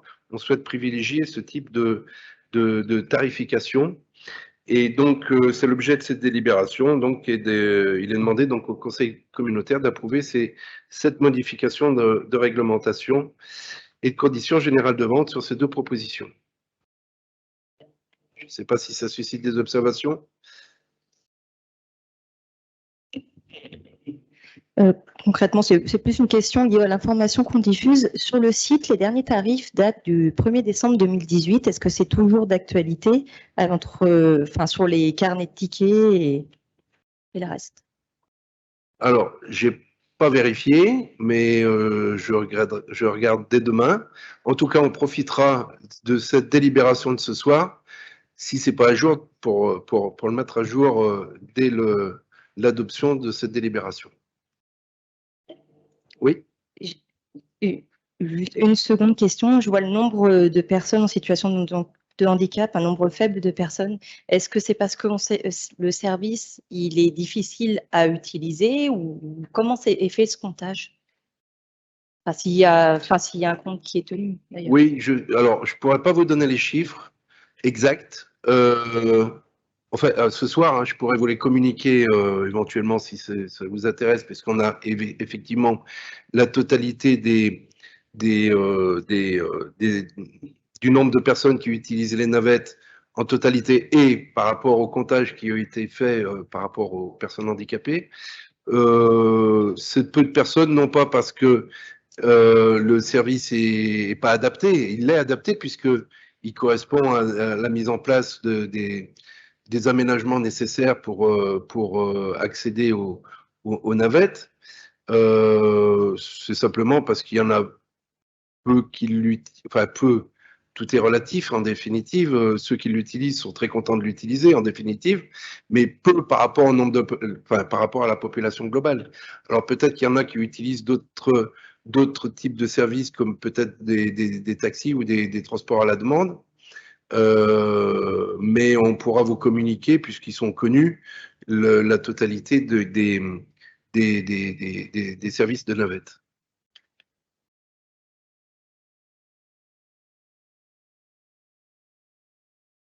Oui, s'il n'y a pas d'autres observations, Christophe? Non. Y a-t-il des oppositions sur ce rapport? Des abstentions? Je vois une abstention. Merci. Bien, merci Eric. On enchaîne avec Patrick Ledieu et 3 points de planification urbaine. Merci Président, bonsoir à tous. Donc effectivement, dans le cadre de la planification urbaine ce soir, 3 points à l'ordre du jour, 2 modifications de PLU et l'instauration d'une CLSPR intercommunale. La première modification concerne Sainte-Agathe-la-Boutresse, modification qui a été lancée le 26 janvier 2021 par le Conseil communautaire pour permettre l'implantation de panneaux photovoltaïques sur l'ancienne carrière Ineris et adapter le zonage en conséquence. Le dossier de modification a été transmis pour avis aux personnes publiques associées fin septembre 2021. Suite à l'avis du département, des analyses supplémentaires concernant l'impact du projet sur le hibou Grand-Duc ont été réalisées pour compléter l'évaluation environnementale. L'enquête publique s'est déroulée du 31 janvier au 4 mars 2022, à l'issue de laquelle le commissaire enquêteur a émis un avis favorable sans réserve. Par conséquent, il est demandé au Conseil communautaire de bien vouloir considérer comme favorable le bilan de l'enquête publique, approuver le projet de modification du PLU de Sainte-Agathe-la-Boutresse.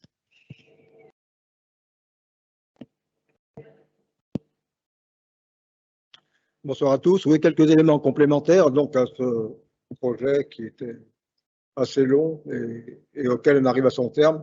De l'autre côté, donc, il y avait, notamment pour les agriculteurs, il y avait 30 hectares qui étaient accolés à ce projet, à cette surface qu'on va voter ce soir. Ces 30 hectares servaient de réserve d'extraction pour Imeris. Donc, on les a fait retourner donc, aux agriculteurs en partie. Les ventes ont lieu en ce moment. Et ensuite, il y a une partie de 10 hectares aussi à un viticulteur. Donc, on verra donc un autre viticole qui viennent donc sur le site. On a rajouté, nous, derrière 7 hectares supplémentaires, justement, pour protéger la faune et la flore qui est devant la nationale, la départementale. Et ça permet surtout de rester caché cette partie donc, de panneaux solaires qu'on ne verra pas de la route. Et à côté, bien sûr, il y aura l'autre projet qui devrait suivre derrière. C'est le site Nature et Loisirs, auquel, là aussi, il y a un enjeu qui est bien, non seulement pour l'ensemble de notre territoire, pour notre commune. J'aurais, entre parenthèses, ce chemin a été long depuis 2 mandats presque passés. Et de l'autre côté, surtout de dire à toute l'équipe qui a travaillé, je ne vais pas dire que Patrick, parce que sinon il va monter plus haut que... Mais par contre, Patrick et toute son équipe qui ont travaillé dessus avec l'ADS, c'était superbe et vraiment c'est un enjeu qui est bien pour le territoire. On aura à peu près 24-25 hectares de panneaux solaires qui représentera une alimentation environ pour 9 à 10 000 foyers. Voilà, merci à tous.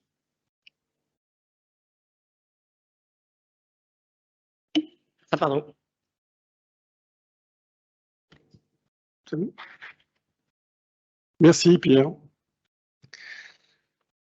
Nous pouvons nous prononcer sur l'approbation de cette modification. Qui est contre? Qui s'abstient? Merci pour Sainte-Agathe-la-Boutresse. Deuxième modification soumise à approbation pour la commune de Noiretable qui a souhaité faire évoluer son document d'urbanisme pour ouvrir partiellement une zone à urbaniser stricte sur le secteur La Provence Sud. Une délibération de lancement, puis une délibération motivée ont été prises en conseil les 12 novembre 2019 et 25 février 2020. Le dossier de modification a été transmis aux personnes publiques associées en août 2020, suite notamment au refus par les services de l'État de la demande de dérogation à l'urbanisation limitée. Le dossier a été complété en développant les justifications et pour satisfaire les demandes de déclassement demandées par les PPA. Une délibération complémentaire a ainsi été prise en conseil communautaire le 25 mai 2021.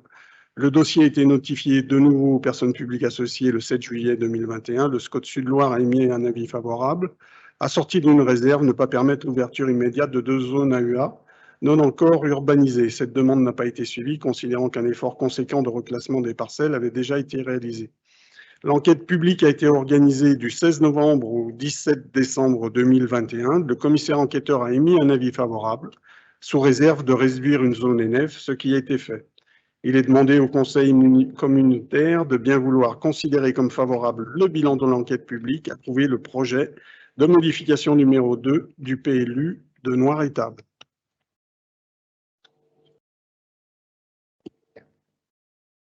Qui est contre? Qui s'abstient? Merci pour Noir-Étable. Ça tombe bien, il n'y avait pas de questions. Donc, passer au suivant.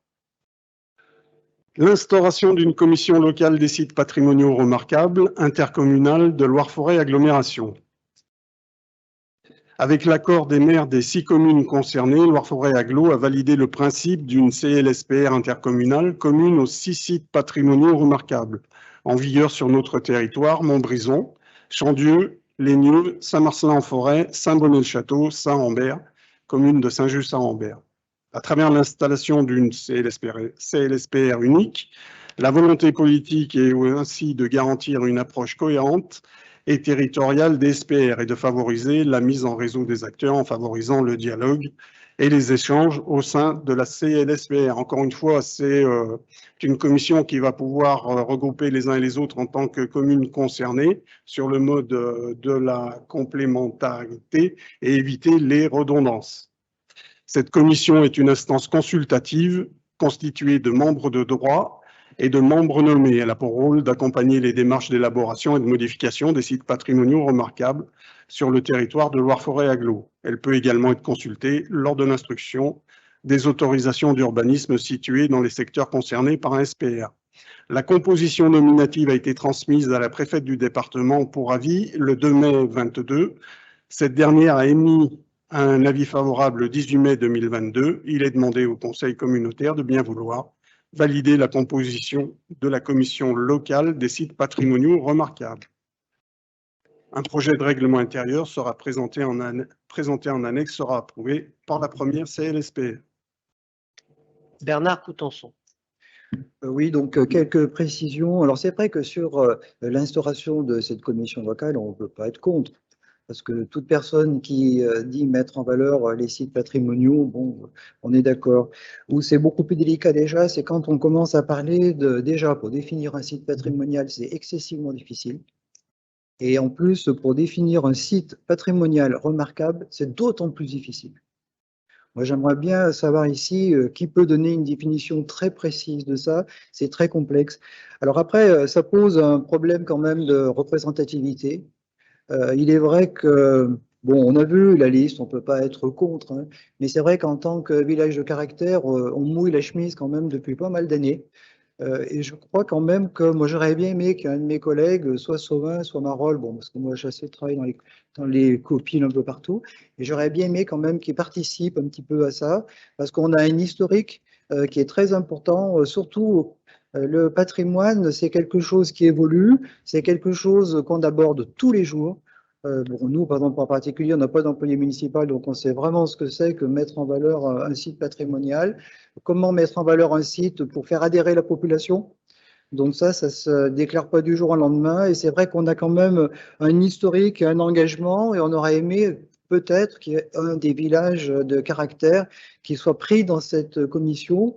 Bon, on ne va pas remettre en cause hein, les membres de cette commission, mais je pense que ça aurait été très intéressant pour compléter un petit peu ce qui va être dit et sur le travail qui sera en cours. Voilà un tout petit peu, donc je pense qu'on a un tout petit peu chagriné quand même, et il faut qu'on le dise.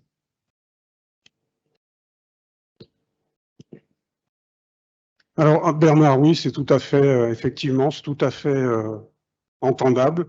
Peut-être difficile réglementairement aujourd'hui, puisque la préfète vient d'approuver la proposition, mais sans vouloir jouer les petites centralités, Saint-Bonnet-le-Château est aussi village de caractère. Et on a quelqu'un que tu connais bien, Firmin Gagnère, qui est présent dans cette commission. Firmin Gagnère, c'est un peu comment je veux dire ça, c'est un peu notre... Oui, c'est le monsieur patrimoine. Voilà, c'est le monsieur patrimoine du secteur. Et puis, il y a Patrice Couchot, maire de Chandieu, village de caractère.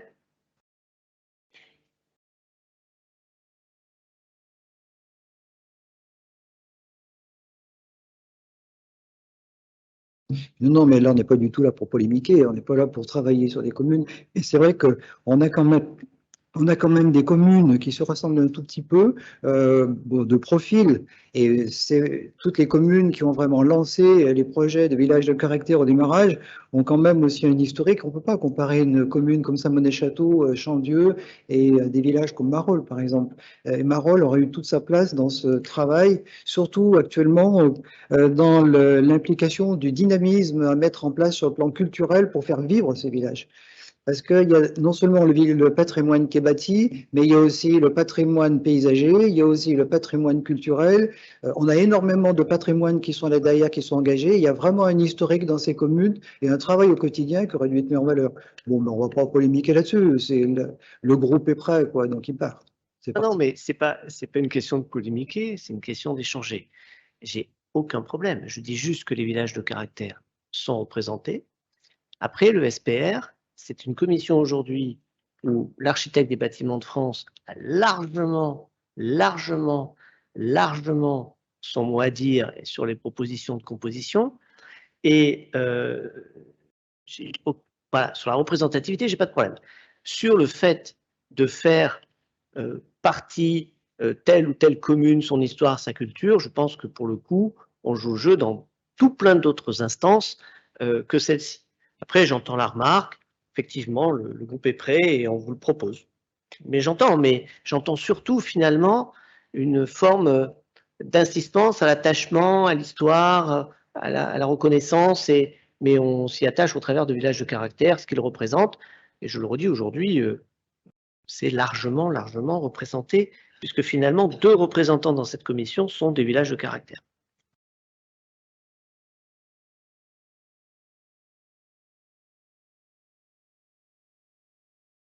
Je veux juste compléter. C'est vrai qu'il y a 2 villages de caractère qui sont représentés, 2 villages caractère d'une taille certaine et que les petits villages ne sont pas représentés. Je pense que dans toute commission, c'est important de garder des équilibres entre les petits et les gros. Et ça rejoint plein de discussions qu'on a eues et qu'on aura, voilà, pour pas donner toujours une prime aux gros, aux plus gros villages. Voilà, parce que on a des choses à faire dans les petits villages et on a des choses à dire.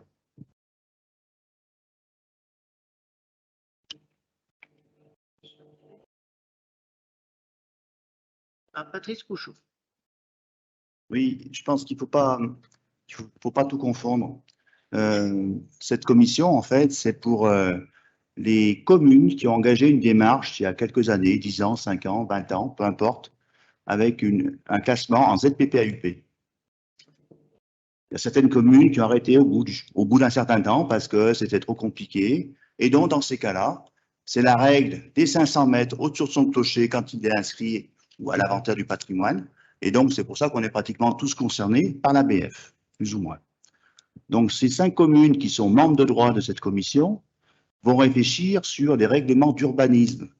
Il ne faut pas confondre l'animation culturelle, tout ce qui est artistique, auquel on travaille tous les 5, et je trouve qu'il y a plutôt une bonne dynamique qui est en place, d'ailleurs sous l'animation du maire de Marolles, hein, on est bien d'accord, et ça se passe bien, on a des différents points de vue, on échange sur l'ensemble, aussi bien sur le paysager que l'artistique, mais là, je vous dis, c'est un outil vraiment plutôt pour l'ABF, pour faire évoluer peut-être un jour la rigidité de l'ABF. Voilà, je vais m'arrêter là. Mais On a d'autres les Après, travaux qu'on fait, c'est différent. Les 5 communes, villages de caractère en Loire-Forêt, quand on mène nos travaux ensemble, et puis ce travail plus d'urbanisme que d'animation d'un territoire. Après, au-delà de cet élément de langage récurrent de Daniel, Lénieux, et pour moi, n'est pas une grosse commune. Et pourtant, elle fait partie de la représentativité. Mais voilà, je ne cherche pas à polémiquer. C'est juste un ressenti. Patrick. Pardon, Daniel. Je veux dire, on est là pour discuter. Oui. Moi, j'ai l'impression que chaque fois qu'on dit quelque chose, on l'a vu encore ce soir, on fait une remarque, on pose une question et on a l'impression de se faire tacler. Et ça, c'est, je le dis, non. Moi, je trouve ça, c'est désagréable. Voilà, ce qui est désagréable, des remarques Daniel, récurrentes. Moi, Daniel, ça va, quoi. S'il ne faut pas venir, il ne faut pas venir, il n'y a pas de souci. Mais il n'y a pas de souci, Daniel, tu peux t'exprimer. Voilà. Tu peux juste entendre qu'on ne souscrit pas à ta remarque. C'est juste ça. Mais tu ne souscris pas à ma remarque. Ah, c'est pas je. Le conseil communautaire va voter. Oui, mais bien sûr. Mais Daniel, je ne cherche pas à polémiquer. Je ne cherche pas à polémiquer. J'ai un peu le ressenti que c'est plutôt un peu quand même derrière des propos de Bernard qui étaient totalement mesurés, avoir derrière une deuxième vague qui a plutôt tendance à vouloir polémiquer en mettant sur le sujet du SPR les grosses et les petites communes et en revenant là-dessus.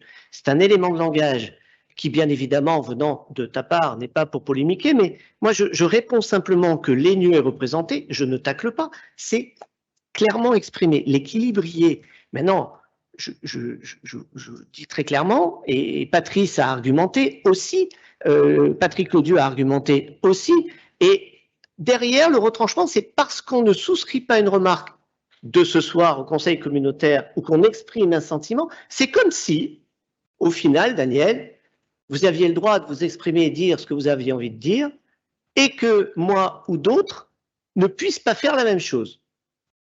C'est une discussion, on peut ne pas être d'accord, c'est absolument pas un tacle, il n'y a absolument pas l'esprit derrière je sais pas moi, de peur, de machin, pas du tout. Il y a une discussion, on n'est pas d'accord avec les arguments présentés.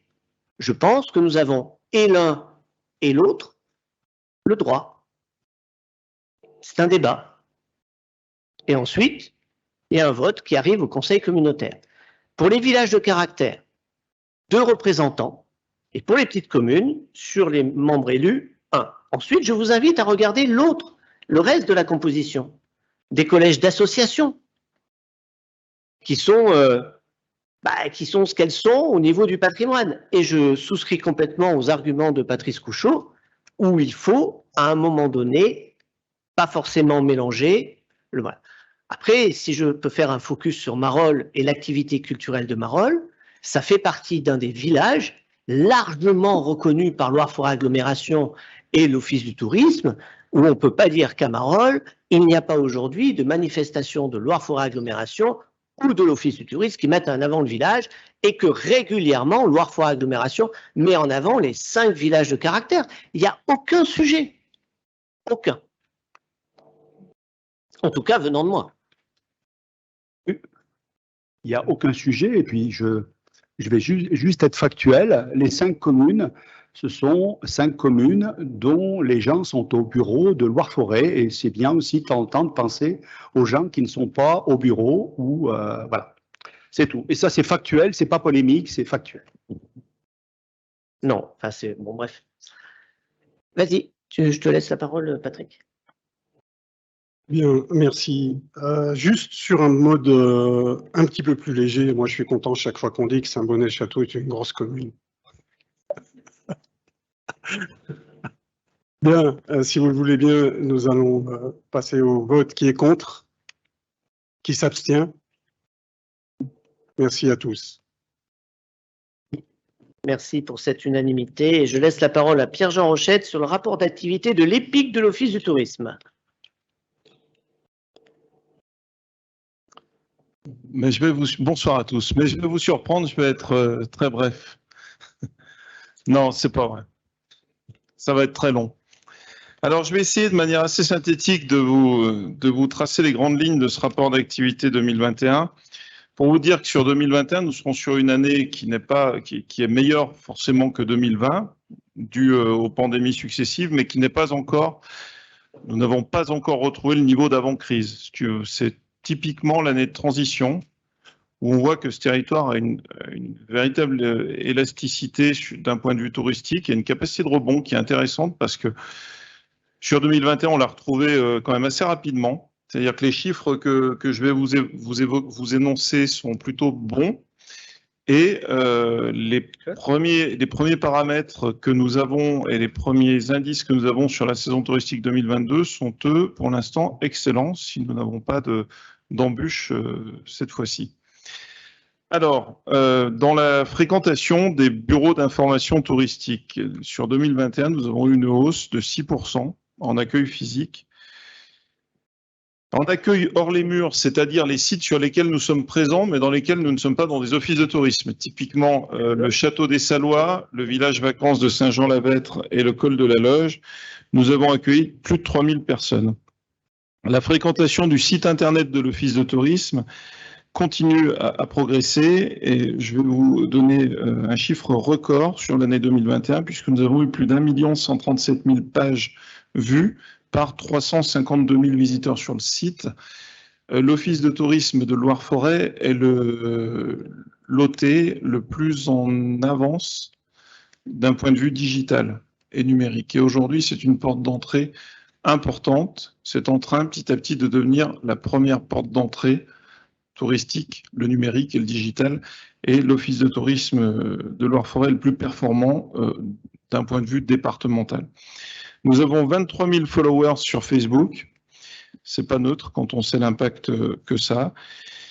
Donc ça, ce sont sur les aspects et sur les chiffres liés au digital. En parallèle, nous continuons aussi à travailler le réseau physique. Alors comme je vous l'évoquais, les bureaux d'information touristique, bien que nous ayons opéré des modifications à la fois sur certaines communes et puis à la fois dans notre organisation générale et qu'elles ne sont pas terminées, autant se le dire tout de suite.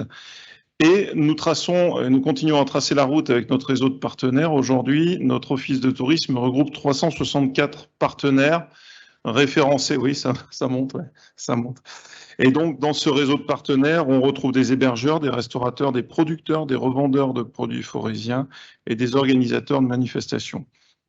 Les activités commerciales, elles, sont plutôt bonnes puisqu'il y a une forte progression 2020-2021, mais comme je vous le disais, hein, ce n'est pas non plus tout à fait significatif. On ne peut pas encore se comparer à une année d'avant-crise. Nous avons eu 5000 visiteurs sur les visites guidées en 2021. L'activité groupe, quant à elle, n'a pas encore redémarré. On sent que sur 2022, cette activité groupe, elle a tendance à repartir. Alors, je vous fais un rappel, je suis désolé, parfois c'est un peu redondant, mais notre fonctionnement au niveau de l'office de tourisme, il est un peu compliqué parce que Loire-Forêt délègue cette compétence touristique à un EPIC, donc à son office de tourisme, qui est une structure à part de Loire-Forêt, dans laquelle siègent au sein du conseil d'administration certains ici présents, à la fois des élus, des socioprofessionnels, des personnes extérieures au monde public. Et l'office de tourisme gère l'activité et l'attractivité et le commerce touristique. Alors, au sein de cet EPIC, donc, il y a ce réseau de partenaires qui lui, se développe et vit plutôt bien. Nous avons aussi le fonctionnement des boutiques au sein de nos offices de tourisme. Sur 2021, nous avons un bon chiffre sur les ventes. La comparaison 2020-2021, elle est aussi difficile à faire parce qu'en 2020, Loire-Forêt Agglomération avait donné un coup de main par le biais d'un jeu concours quand on était en pleine période Covid. Donc ça nous avait boosté. Mais sur 2021, on retrouve un niveau de vente plutôt très correct et qui correspond presque aux années d'avant-crise. Les ventes de billets spectacles, vous savez que nous assurons aussi la billetterie pour tous les sites culturels, toutes les manifestations qui se produisent sur notre territoire. Les ventes de billets, elles sont très faibles sur 2021 parce que nous n'avons pas eu les gros événements. Alors, les pénitents ont été en mode dégradé, le Forestival n'a pas eu lieu, Donc tous ces événements, ces manifestations qui ne se produisent pas, eh bien entendu, génèrent un manque à gagner dans les caisses de l'Office de tourisme, bien que les marges soient faibles sur la billetterie. Ça, plus le fait que nous n'ayons pas collecté autant de taxes de séjour que sur une année normale, bien entendu, il nous manque des recettes. Je me suis dérouté d'un point sur lequel je voulais revenir, c'était les groupes. Vous savez que les groupes, nous les travaillons de manière conjointe avec Forest, le territoire voisin. Nous avons une association commune Forest et Loire-Forêt qui est gérée par l'Office de tourisme et qui permet de prendre en charge l'accueil des groupes. Ce que nous constatons sur 2022, c'est que les groupes qui se présentent et qui font des sollicitations pour venir en visite sur notre territoire aujourd'hui sont beaucoup plus petits que ce que nous avons connu avant crise.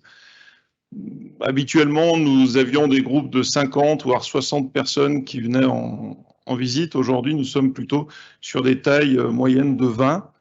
Et c'est une donnée, pour le coup, qui est plutôt nationale. C'est-à-dire que c'est ce qu'on retrouve de partout, avec une véritable évolution sur ces déplacements touristiques, où auparavant, vous aviez notamment les clubs des aînés qu'on a tous dans nos communes qui faisaient un voyage, et aujourd'hui, on ne le retrouve pas. On ne retrouve pas, par exemple, typiquement, cette typologie d'association qui va venir en visite. On retrouve des groupes par affinité ou des groupes d'amis, ou des groupes de randonneurs, par exemple, qui s'organisent pour faire des déplacements.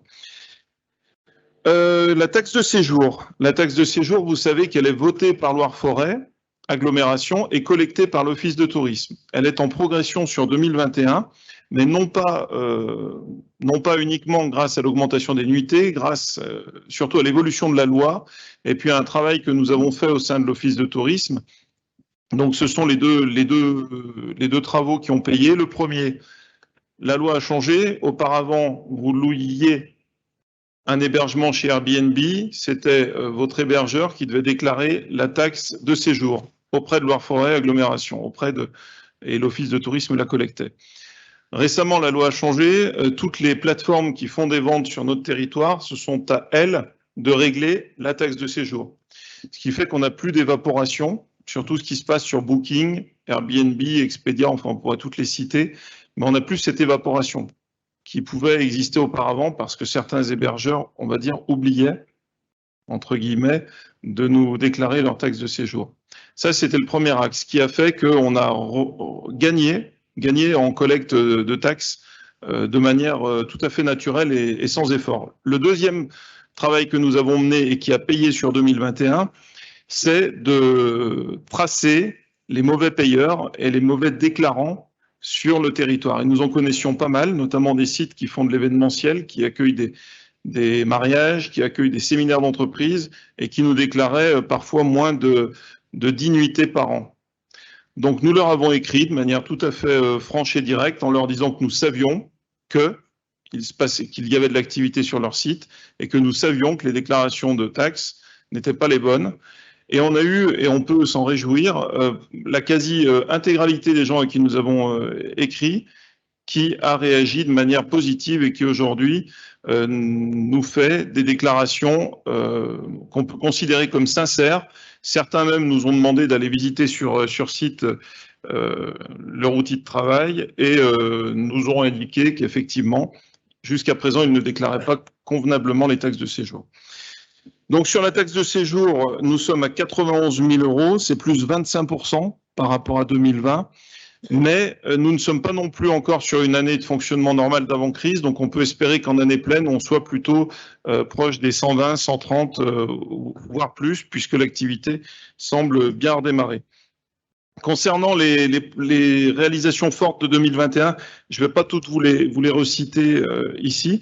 Je vais simplement vous faire part d'un travail collaboratif qui a été terminé la semaine dernière et qui a donné lieu d'ailleurs à des articles dans les journaux. C'est la réalisation du guide du routard au niveau Loire. C'est la première fois que ce guide vient et fait une édition sur le territoire. C'est le fruit d'un travail collaboratif entre tout le monde, département et office de tourisme locaux. Il a été tiré à 12 000 exemplaires. Nous espérons qu'il va rapidement être en rupture de stock et ensuite une mise à jour sera faite de manière annuelle. C'est un véritable outil touristique. C'est ce que je disais, on en parlait tout à l'heure avec Christophe. Quand on a un territoire qui n'a rien à montrer, le guide du routard ne fait pas de guide. Hein. parce que ça marche pas. Ce territoire, je pense que, bien entendu, comme partout ailleurs dans le monde, la crise Covid l'a mis en souffrance, mais je crois aussi qu'il en tirera des profits et des bénéfices sur le long terme, parce que ça a permis à certains de nous découvrir, et notamment aux Auvergne-Rhône-Alpins, ouais, on va dire, qui restent encore aux Oralpins, ouais, on peut le dire aussi, qui restent encore nos premiers visiteurs, et notamment toute l'ère lyonnaise qui vient de plus en plus chez nous, et notamment maintenant pour de l'organisation d'événements et avec une certaine régularité. Et ça, c'est intéressant. Avant de terminer, je veux quand même vous dire le classement des sites les plus visités sur notre territoire. Alors, les sites dont nous avons la gestion des visites guidées au sein de l'Office de tourisme. En premier, nous avons la centrale électrique de Grandjean. En deuxième, le château de Couzan. Et en troisième, Montbrison, sous la thématique capitale des contes de forêt. Pour les visites groupes, en premier, c'est Montbrison. En deuxième, c'est le prieuré de Saint-Romain-le-Puy. En troisième, Chambles et Essalois. Chambles et Essalois qui montent depuis l'ouverture, ça ne fait que monter. On a régulièrement plus de 500 visiteurs par jour dès qu'il fait beau sur le site des Salois. Donc on peut rapidement espérer que sur les années à venir, il se place en premier, en top 1. Qu'est-ce que je voulais vous dire d'autre? C'est globalement tout. Vous dire que sur 2022, on va travailler principalement sur, je dérive un peu parce qu'on doit parler que de 2021, mais il y a quand même une transition à faire. Sur 2022, on va se focaliser sur le travail autour du code de marque qui s'appelle Rendez-vous en forêt, que vous avez certainement déjà pu un peu découvrir. Et puis, sur le maintien des effectifs de l'Office de tourisme, nous n'irons pas vers là, pour le coup, un développement des effectifs pour des raisons internes à l'Office de tourisme, que nous avons une feuille de route budgétaire à tenir et que nous nous engageons à la tenir, donc elle sera respectée, et vers une rationalisation et à une mutualisation de beaucoup de sujets que nous avons encore à faire et qui nous permettront d'avoir des résultats efficaces en termes de budget de fonctionnement. Et derrière, ça nous permet de développer des actions de com. Aujourd'hui, dans nos postes de dépenses, c'est principalement des charges de personnel, hein, comme pratiquement toutes nos collectivités, mais on a aussi des dépenses autour notamment du digital, quand on achète et quand on fait des ciblages, Facebook notamment, ça coûte un peu cher, et des AdWords aussi, mais par contre derrière ça produit des effets. Ouais, je vais répondre à vos questions si vous en avez, sinon il n'y a pas de vote sur cette présentation de rapport.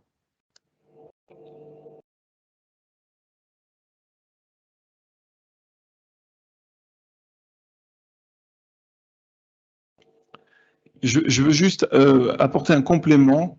Nous avons fait aussi la demande, alors c'est en cours au niveau du département, je ne sais pas si ça aboutira, mais pour que l'Office de tourisme de Loire-Forêt puisse assurer les visites guidées sur des sites aujourd'hui qui sont au sein de son territoire, mais sur lesquels nous n'avons pas accès pour la visite guidée, typiquement la bâtie d'Urfé.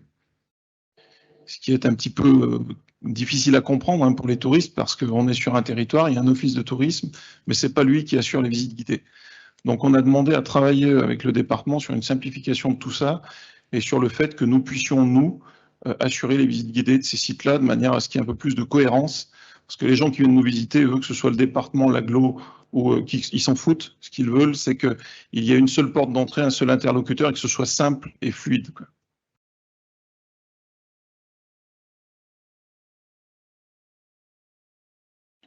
Il n'y a pas de questions, et avec l'ensemble des conseils départementaux ou vice-présidents départementaux, cher Jean-Yves, je suis sûr que tu porteras le fait qu'on puisse visiter la bâtie d'Urfé, notamment au moment du critérium Dauphiné, mais j'anticipe sur des événements.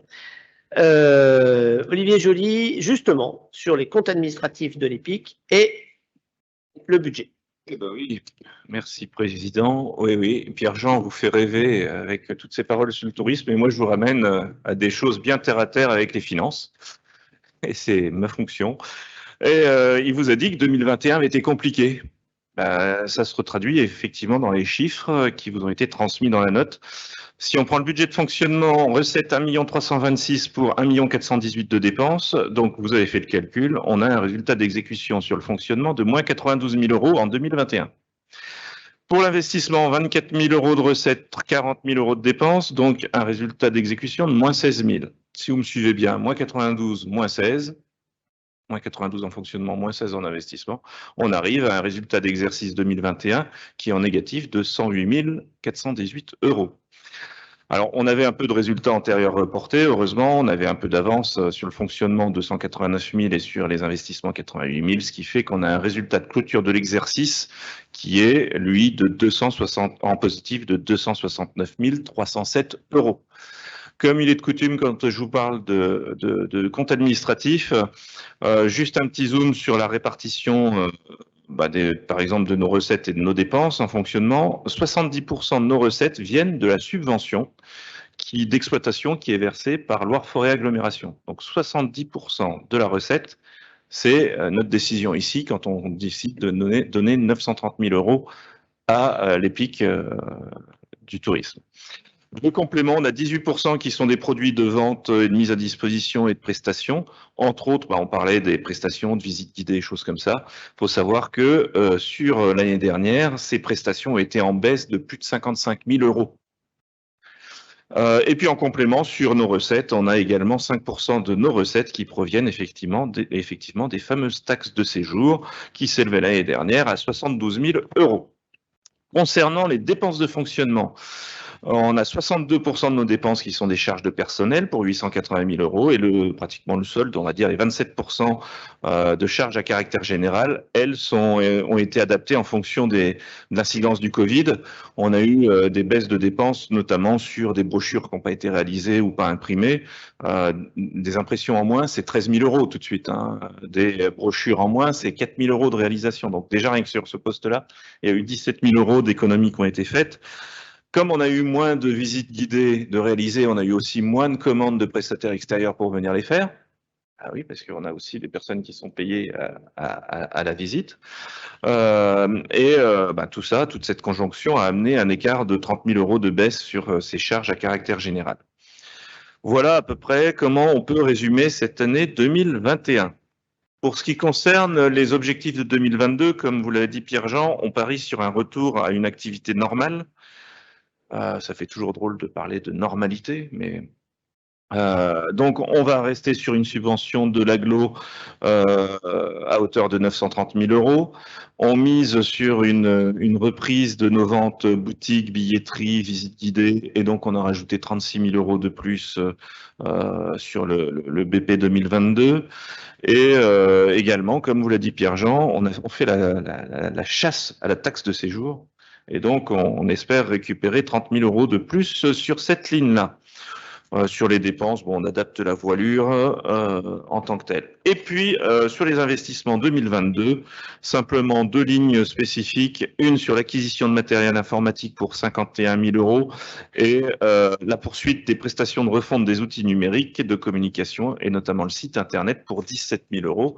Vous avez vu que de plus en plus, les points de contact de l'Office du tourisme se passaient par ce biais-là. Voilà, en quelques secondes, résumé ce compte administratif et ses objectifs 2022.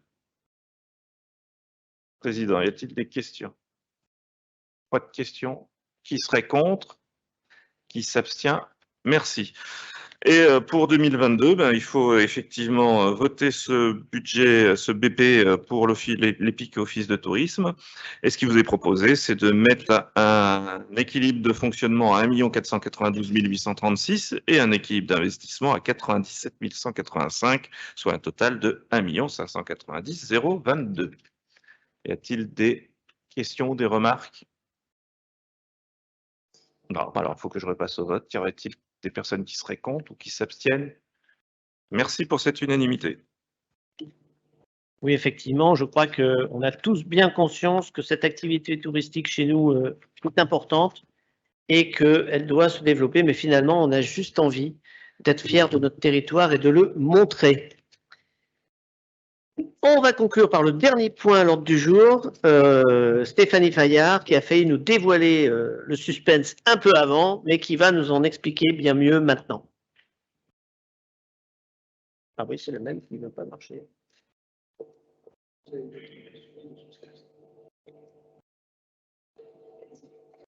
Ah non, mais j'ai un bug, c'est rigolo.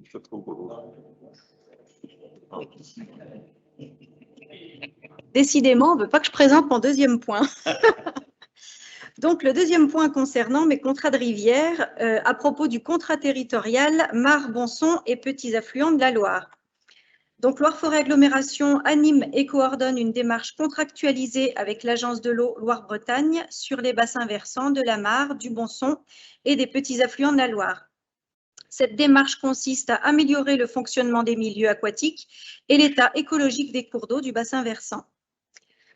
Ce dossier sera validé par l'Agence de l'eau Loire-Bretagne à la fin du mois de juin 2022 et le contrat porte sur une durée de 3 ans, de janvier 2022 à la fin d'année 2024, avec un renouvellement d'engagement qui sera proposé à mi-parcours pour les années suivantes, soit de 2025 à 2027.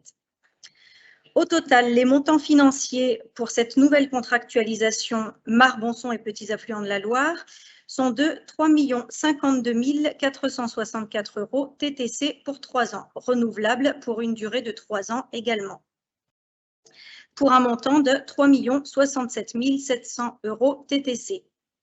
Donc, les thématiques qui seront traitées sont la restauration et la gestion des milieux aquatiques, le rétablissement, la continuité écologique, la préservation et la restauration des zones humides, la réduction de l'impact des pressions hydrologiques, la réduction des pollutions diffuses et ponctuelles, l'étude et l'évaluation, ainsi que l'animation et la communication afin de sensibiliser tous les habitants pour un total pour la première phase qui se monte à 3 052 764 € et pour la deuxième phase à 3 067 700 €. La participation de Loire-Forêt Agglomération est estimée à 1 261 262 € TTC sur la première phase du contrat, soit 41% du montant total. Les différents partenaires financiers du dispositif sont l'Agence de l'eau Loire-Bretagne, la Fédération de pêche de la Loire, Saint-Étienne Métropole, le Conservatoire des espaces naturels Rhône-Alpes et le Conservatoire des espaces naturels Auvergne, ainsi que le ministère de l'Agriculture et de l'Agroforesterie. Ce contrat permettra l'obtention de taux d'aide moyens affichés dans le tableau que vous avez pu recevoir. Donc, c'est un total de taux prévisionnels de participation des partenaires, donc Loire-Forêt Agglomération, 41%, l'Agence de l'eau Loire-Bretagne, 50%, la Fédération de pêche de la Loire, 2,87%, Saint-Étienne Métropole, 2,53%, le Conservatoire des espaces naturels Rhône-Alpes, 1,52%, le Conservatoire des espaces naturels Auvergne, 0,68%, et la MAF, 1,37%. Ces taux pourront s'élever au vu de demandes d'aide financière auprès du département de la Loire dans le cadre de réponse aux appels à partenariat annuels. Loire-Forêt Agglomération est compétent en GEMAPI sur son territoire et porte la quasi-totalité des actions en partenariat avec d'autres maîtres d'ouvrage tels que la Fédération de pêche de la Loire et le Conservatoire des espaces naturels Auvergne-Rhône-Alpes. Le portage, le pilotage de cette démarche et l'engagement préalable de Loire-Forêt Agglomération dans cette contractualisation du contrat territorial MBA est demandé par l'Agence de l'eau Loire-Bretagne. Il est donc demandé au Conseil communautaire de bien vouloir approuver les démarches pour cette nouvelle contractualisation Mar, Bonson et petits affluents de la Loire avec l'Agence de l'eau Loire-Bretagne ainsi que son portage et pilotage par Loire-Forêt Agglomération, et de donner délégation à Monsieur le Président pour notifier la présente décision à l'Agence de l'eau Loire-Bretagne pour effectuer toutes les démarches nécessaires à la mise en œuvre du projet et qu'il autorise à signer tous les documents s'y référant. Y aurait-il des questions? Pas de questions. Donc, y aurait-il des votes contre? Des abstentions? Eh bien, je vous remercie pour cette unanimité. Merci Stéphanie pour cette présentation efficace. Est-ce qu'il y a des questions sur les décisions du président? S'il n'y a pas de questions, quelques informations avant de lever la séance. Le prochain conseil communautaire est le mardi 28 juin 2022 à 19h30 et on peut imaginer un conseil communautaire dans les 15 jours qui suivront en juillet. Conférence des maires le mardi 14 juin à 19h30 au château de Goutelas.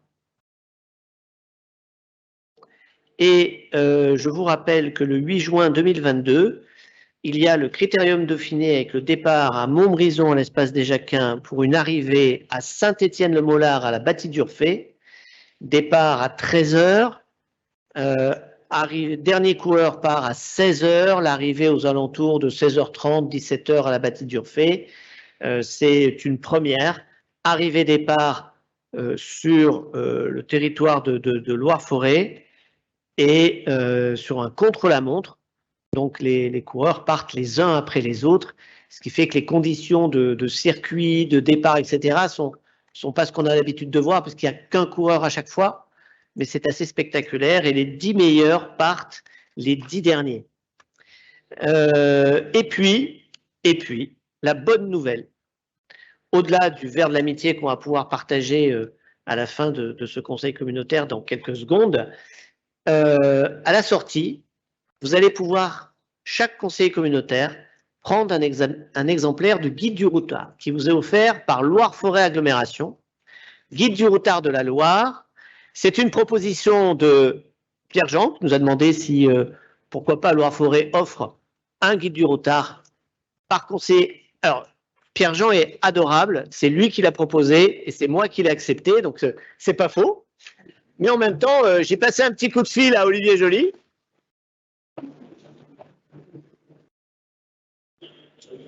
En fait, c'est juste un symbole de plus. Un symbole de plus où vous regarderez ce guide du routard et j'en remercie le département. Cette initiative est excellente, mais il n'y a pas de guide du routard si le territoire n'en vaut pas la peine. Donc si la Loire n'en valait pas la peine, il n'y aurait pas de guide du routard. Et il se trouve que le Forêt est largement représenté. Largement représenté, les sites sont très très beaux. Et je pense que c'est un symbole de plus pour dire, n'hésitons pas à être fiers de ce territoire. N'hésitons pas à nous engueuler et à échanger et à pas être d'accord, j'ai pas de souci avec ça, mais surtout, donnons une image extrêmement positive, au moins aussi belle que celle que les habitants le disent. Soyons fiers, et bien évidemment, il est en vente dans les offices du tourisme. Mais aujourd'hui, il y a un guide du routard de la Loire, et je peux vous dire que le Forêt et l'ensemble de nos communes sont plutôt bien représentés. Merci à vous et on se retrouve devant un petit verre d'amitié. Et n'oubliez pas de repartir avec.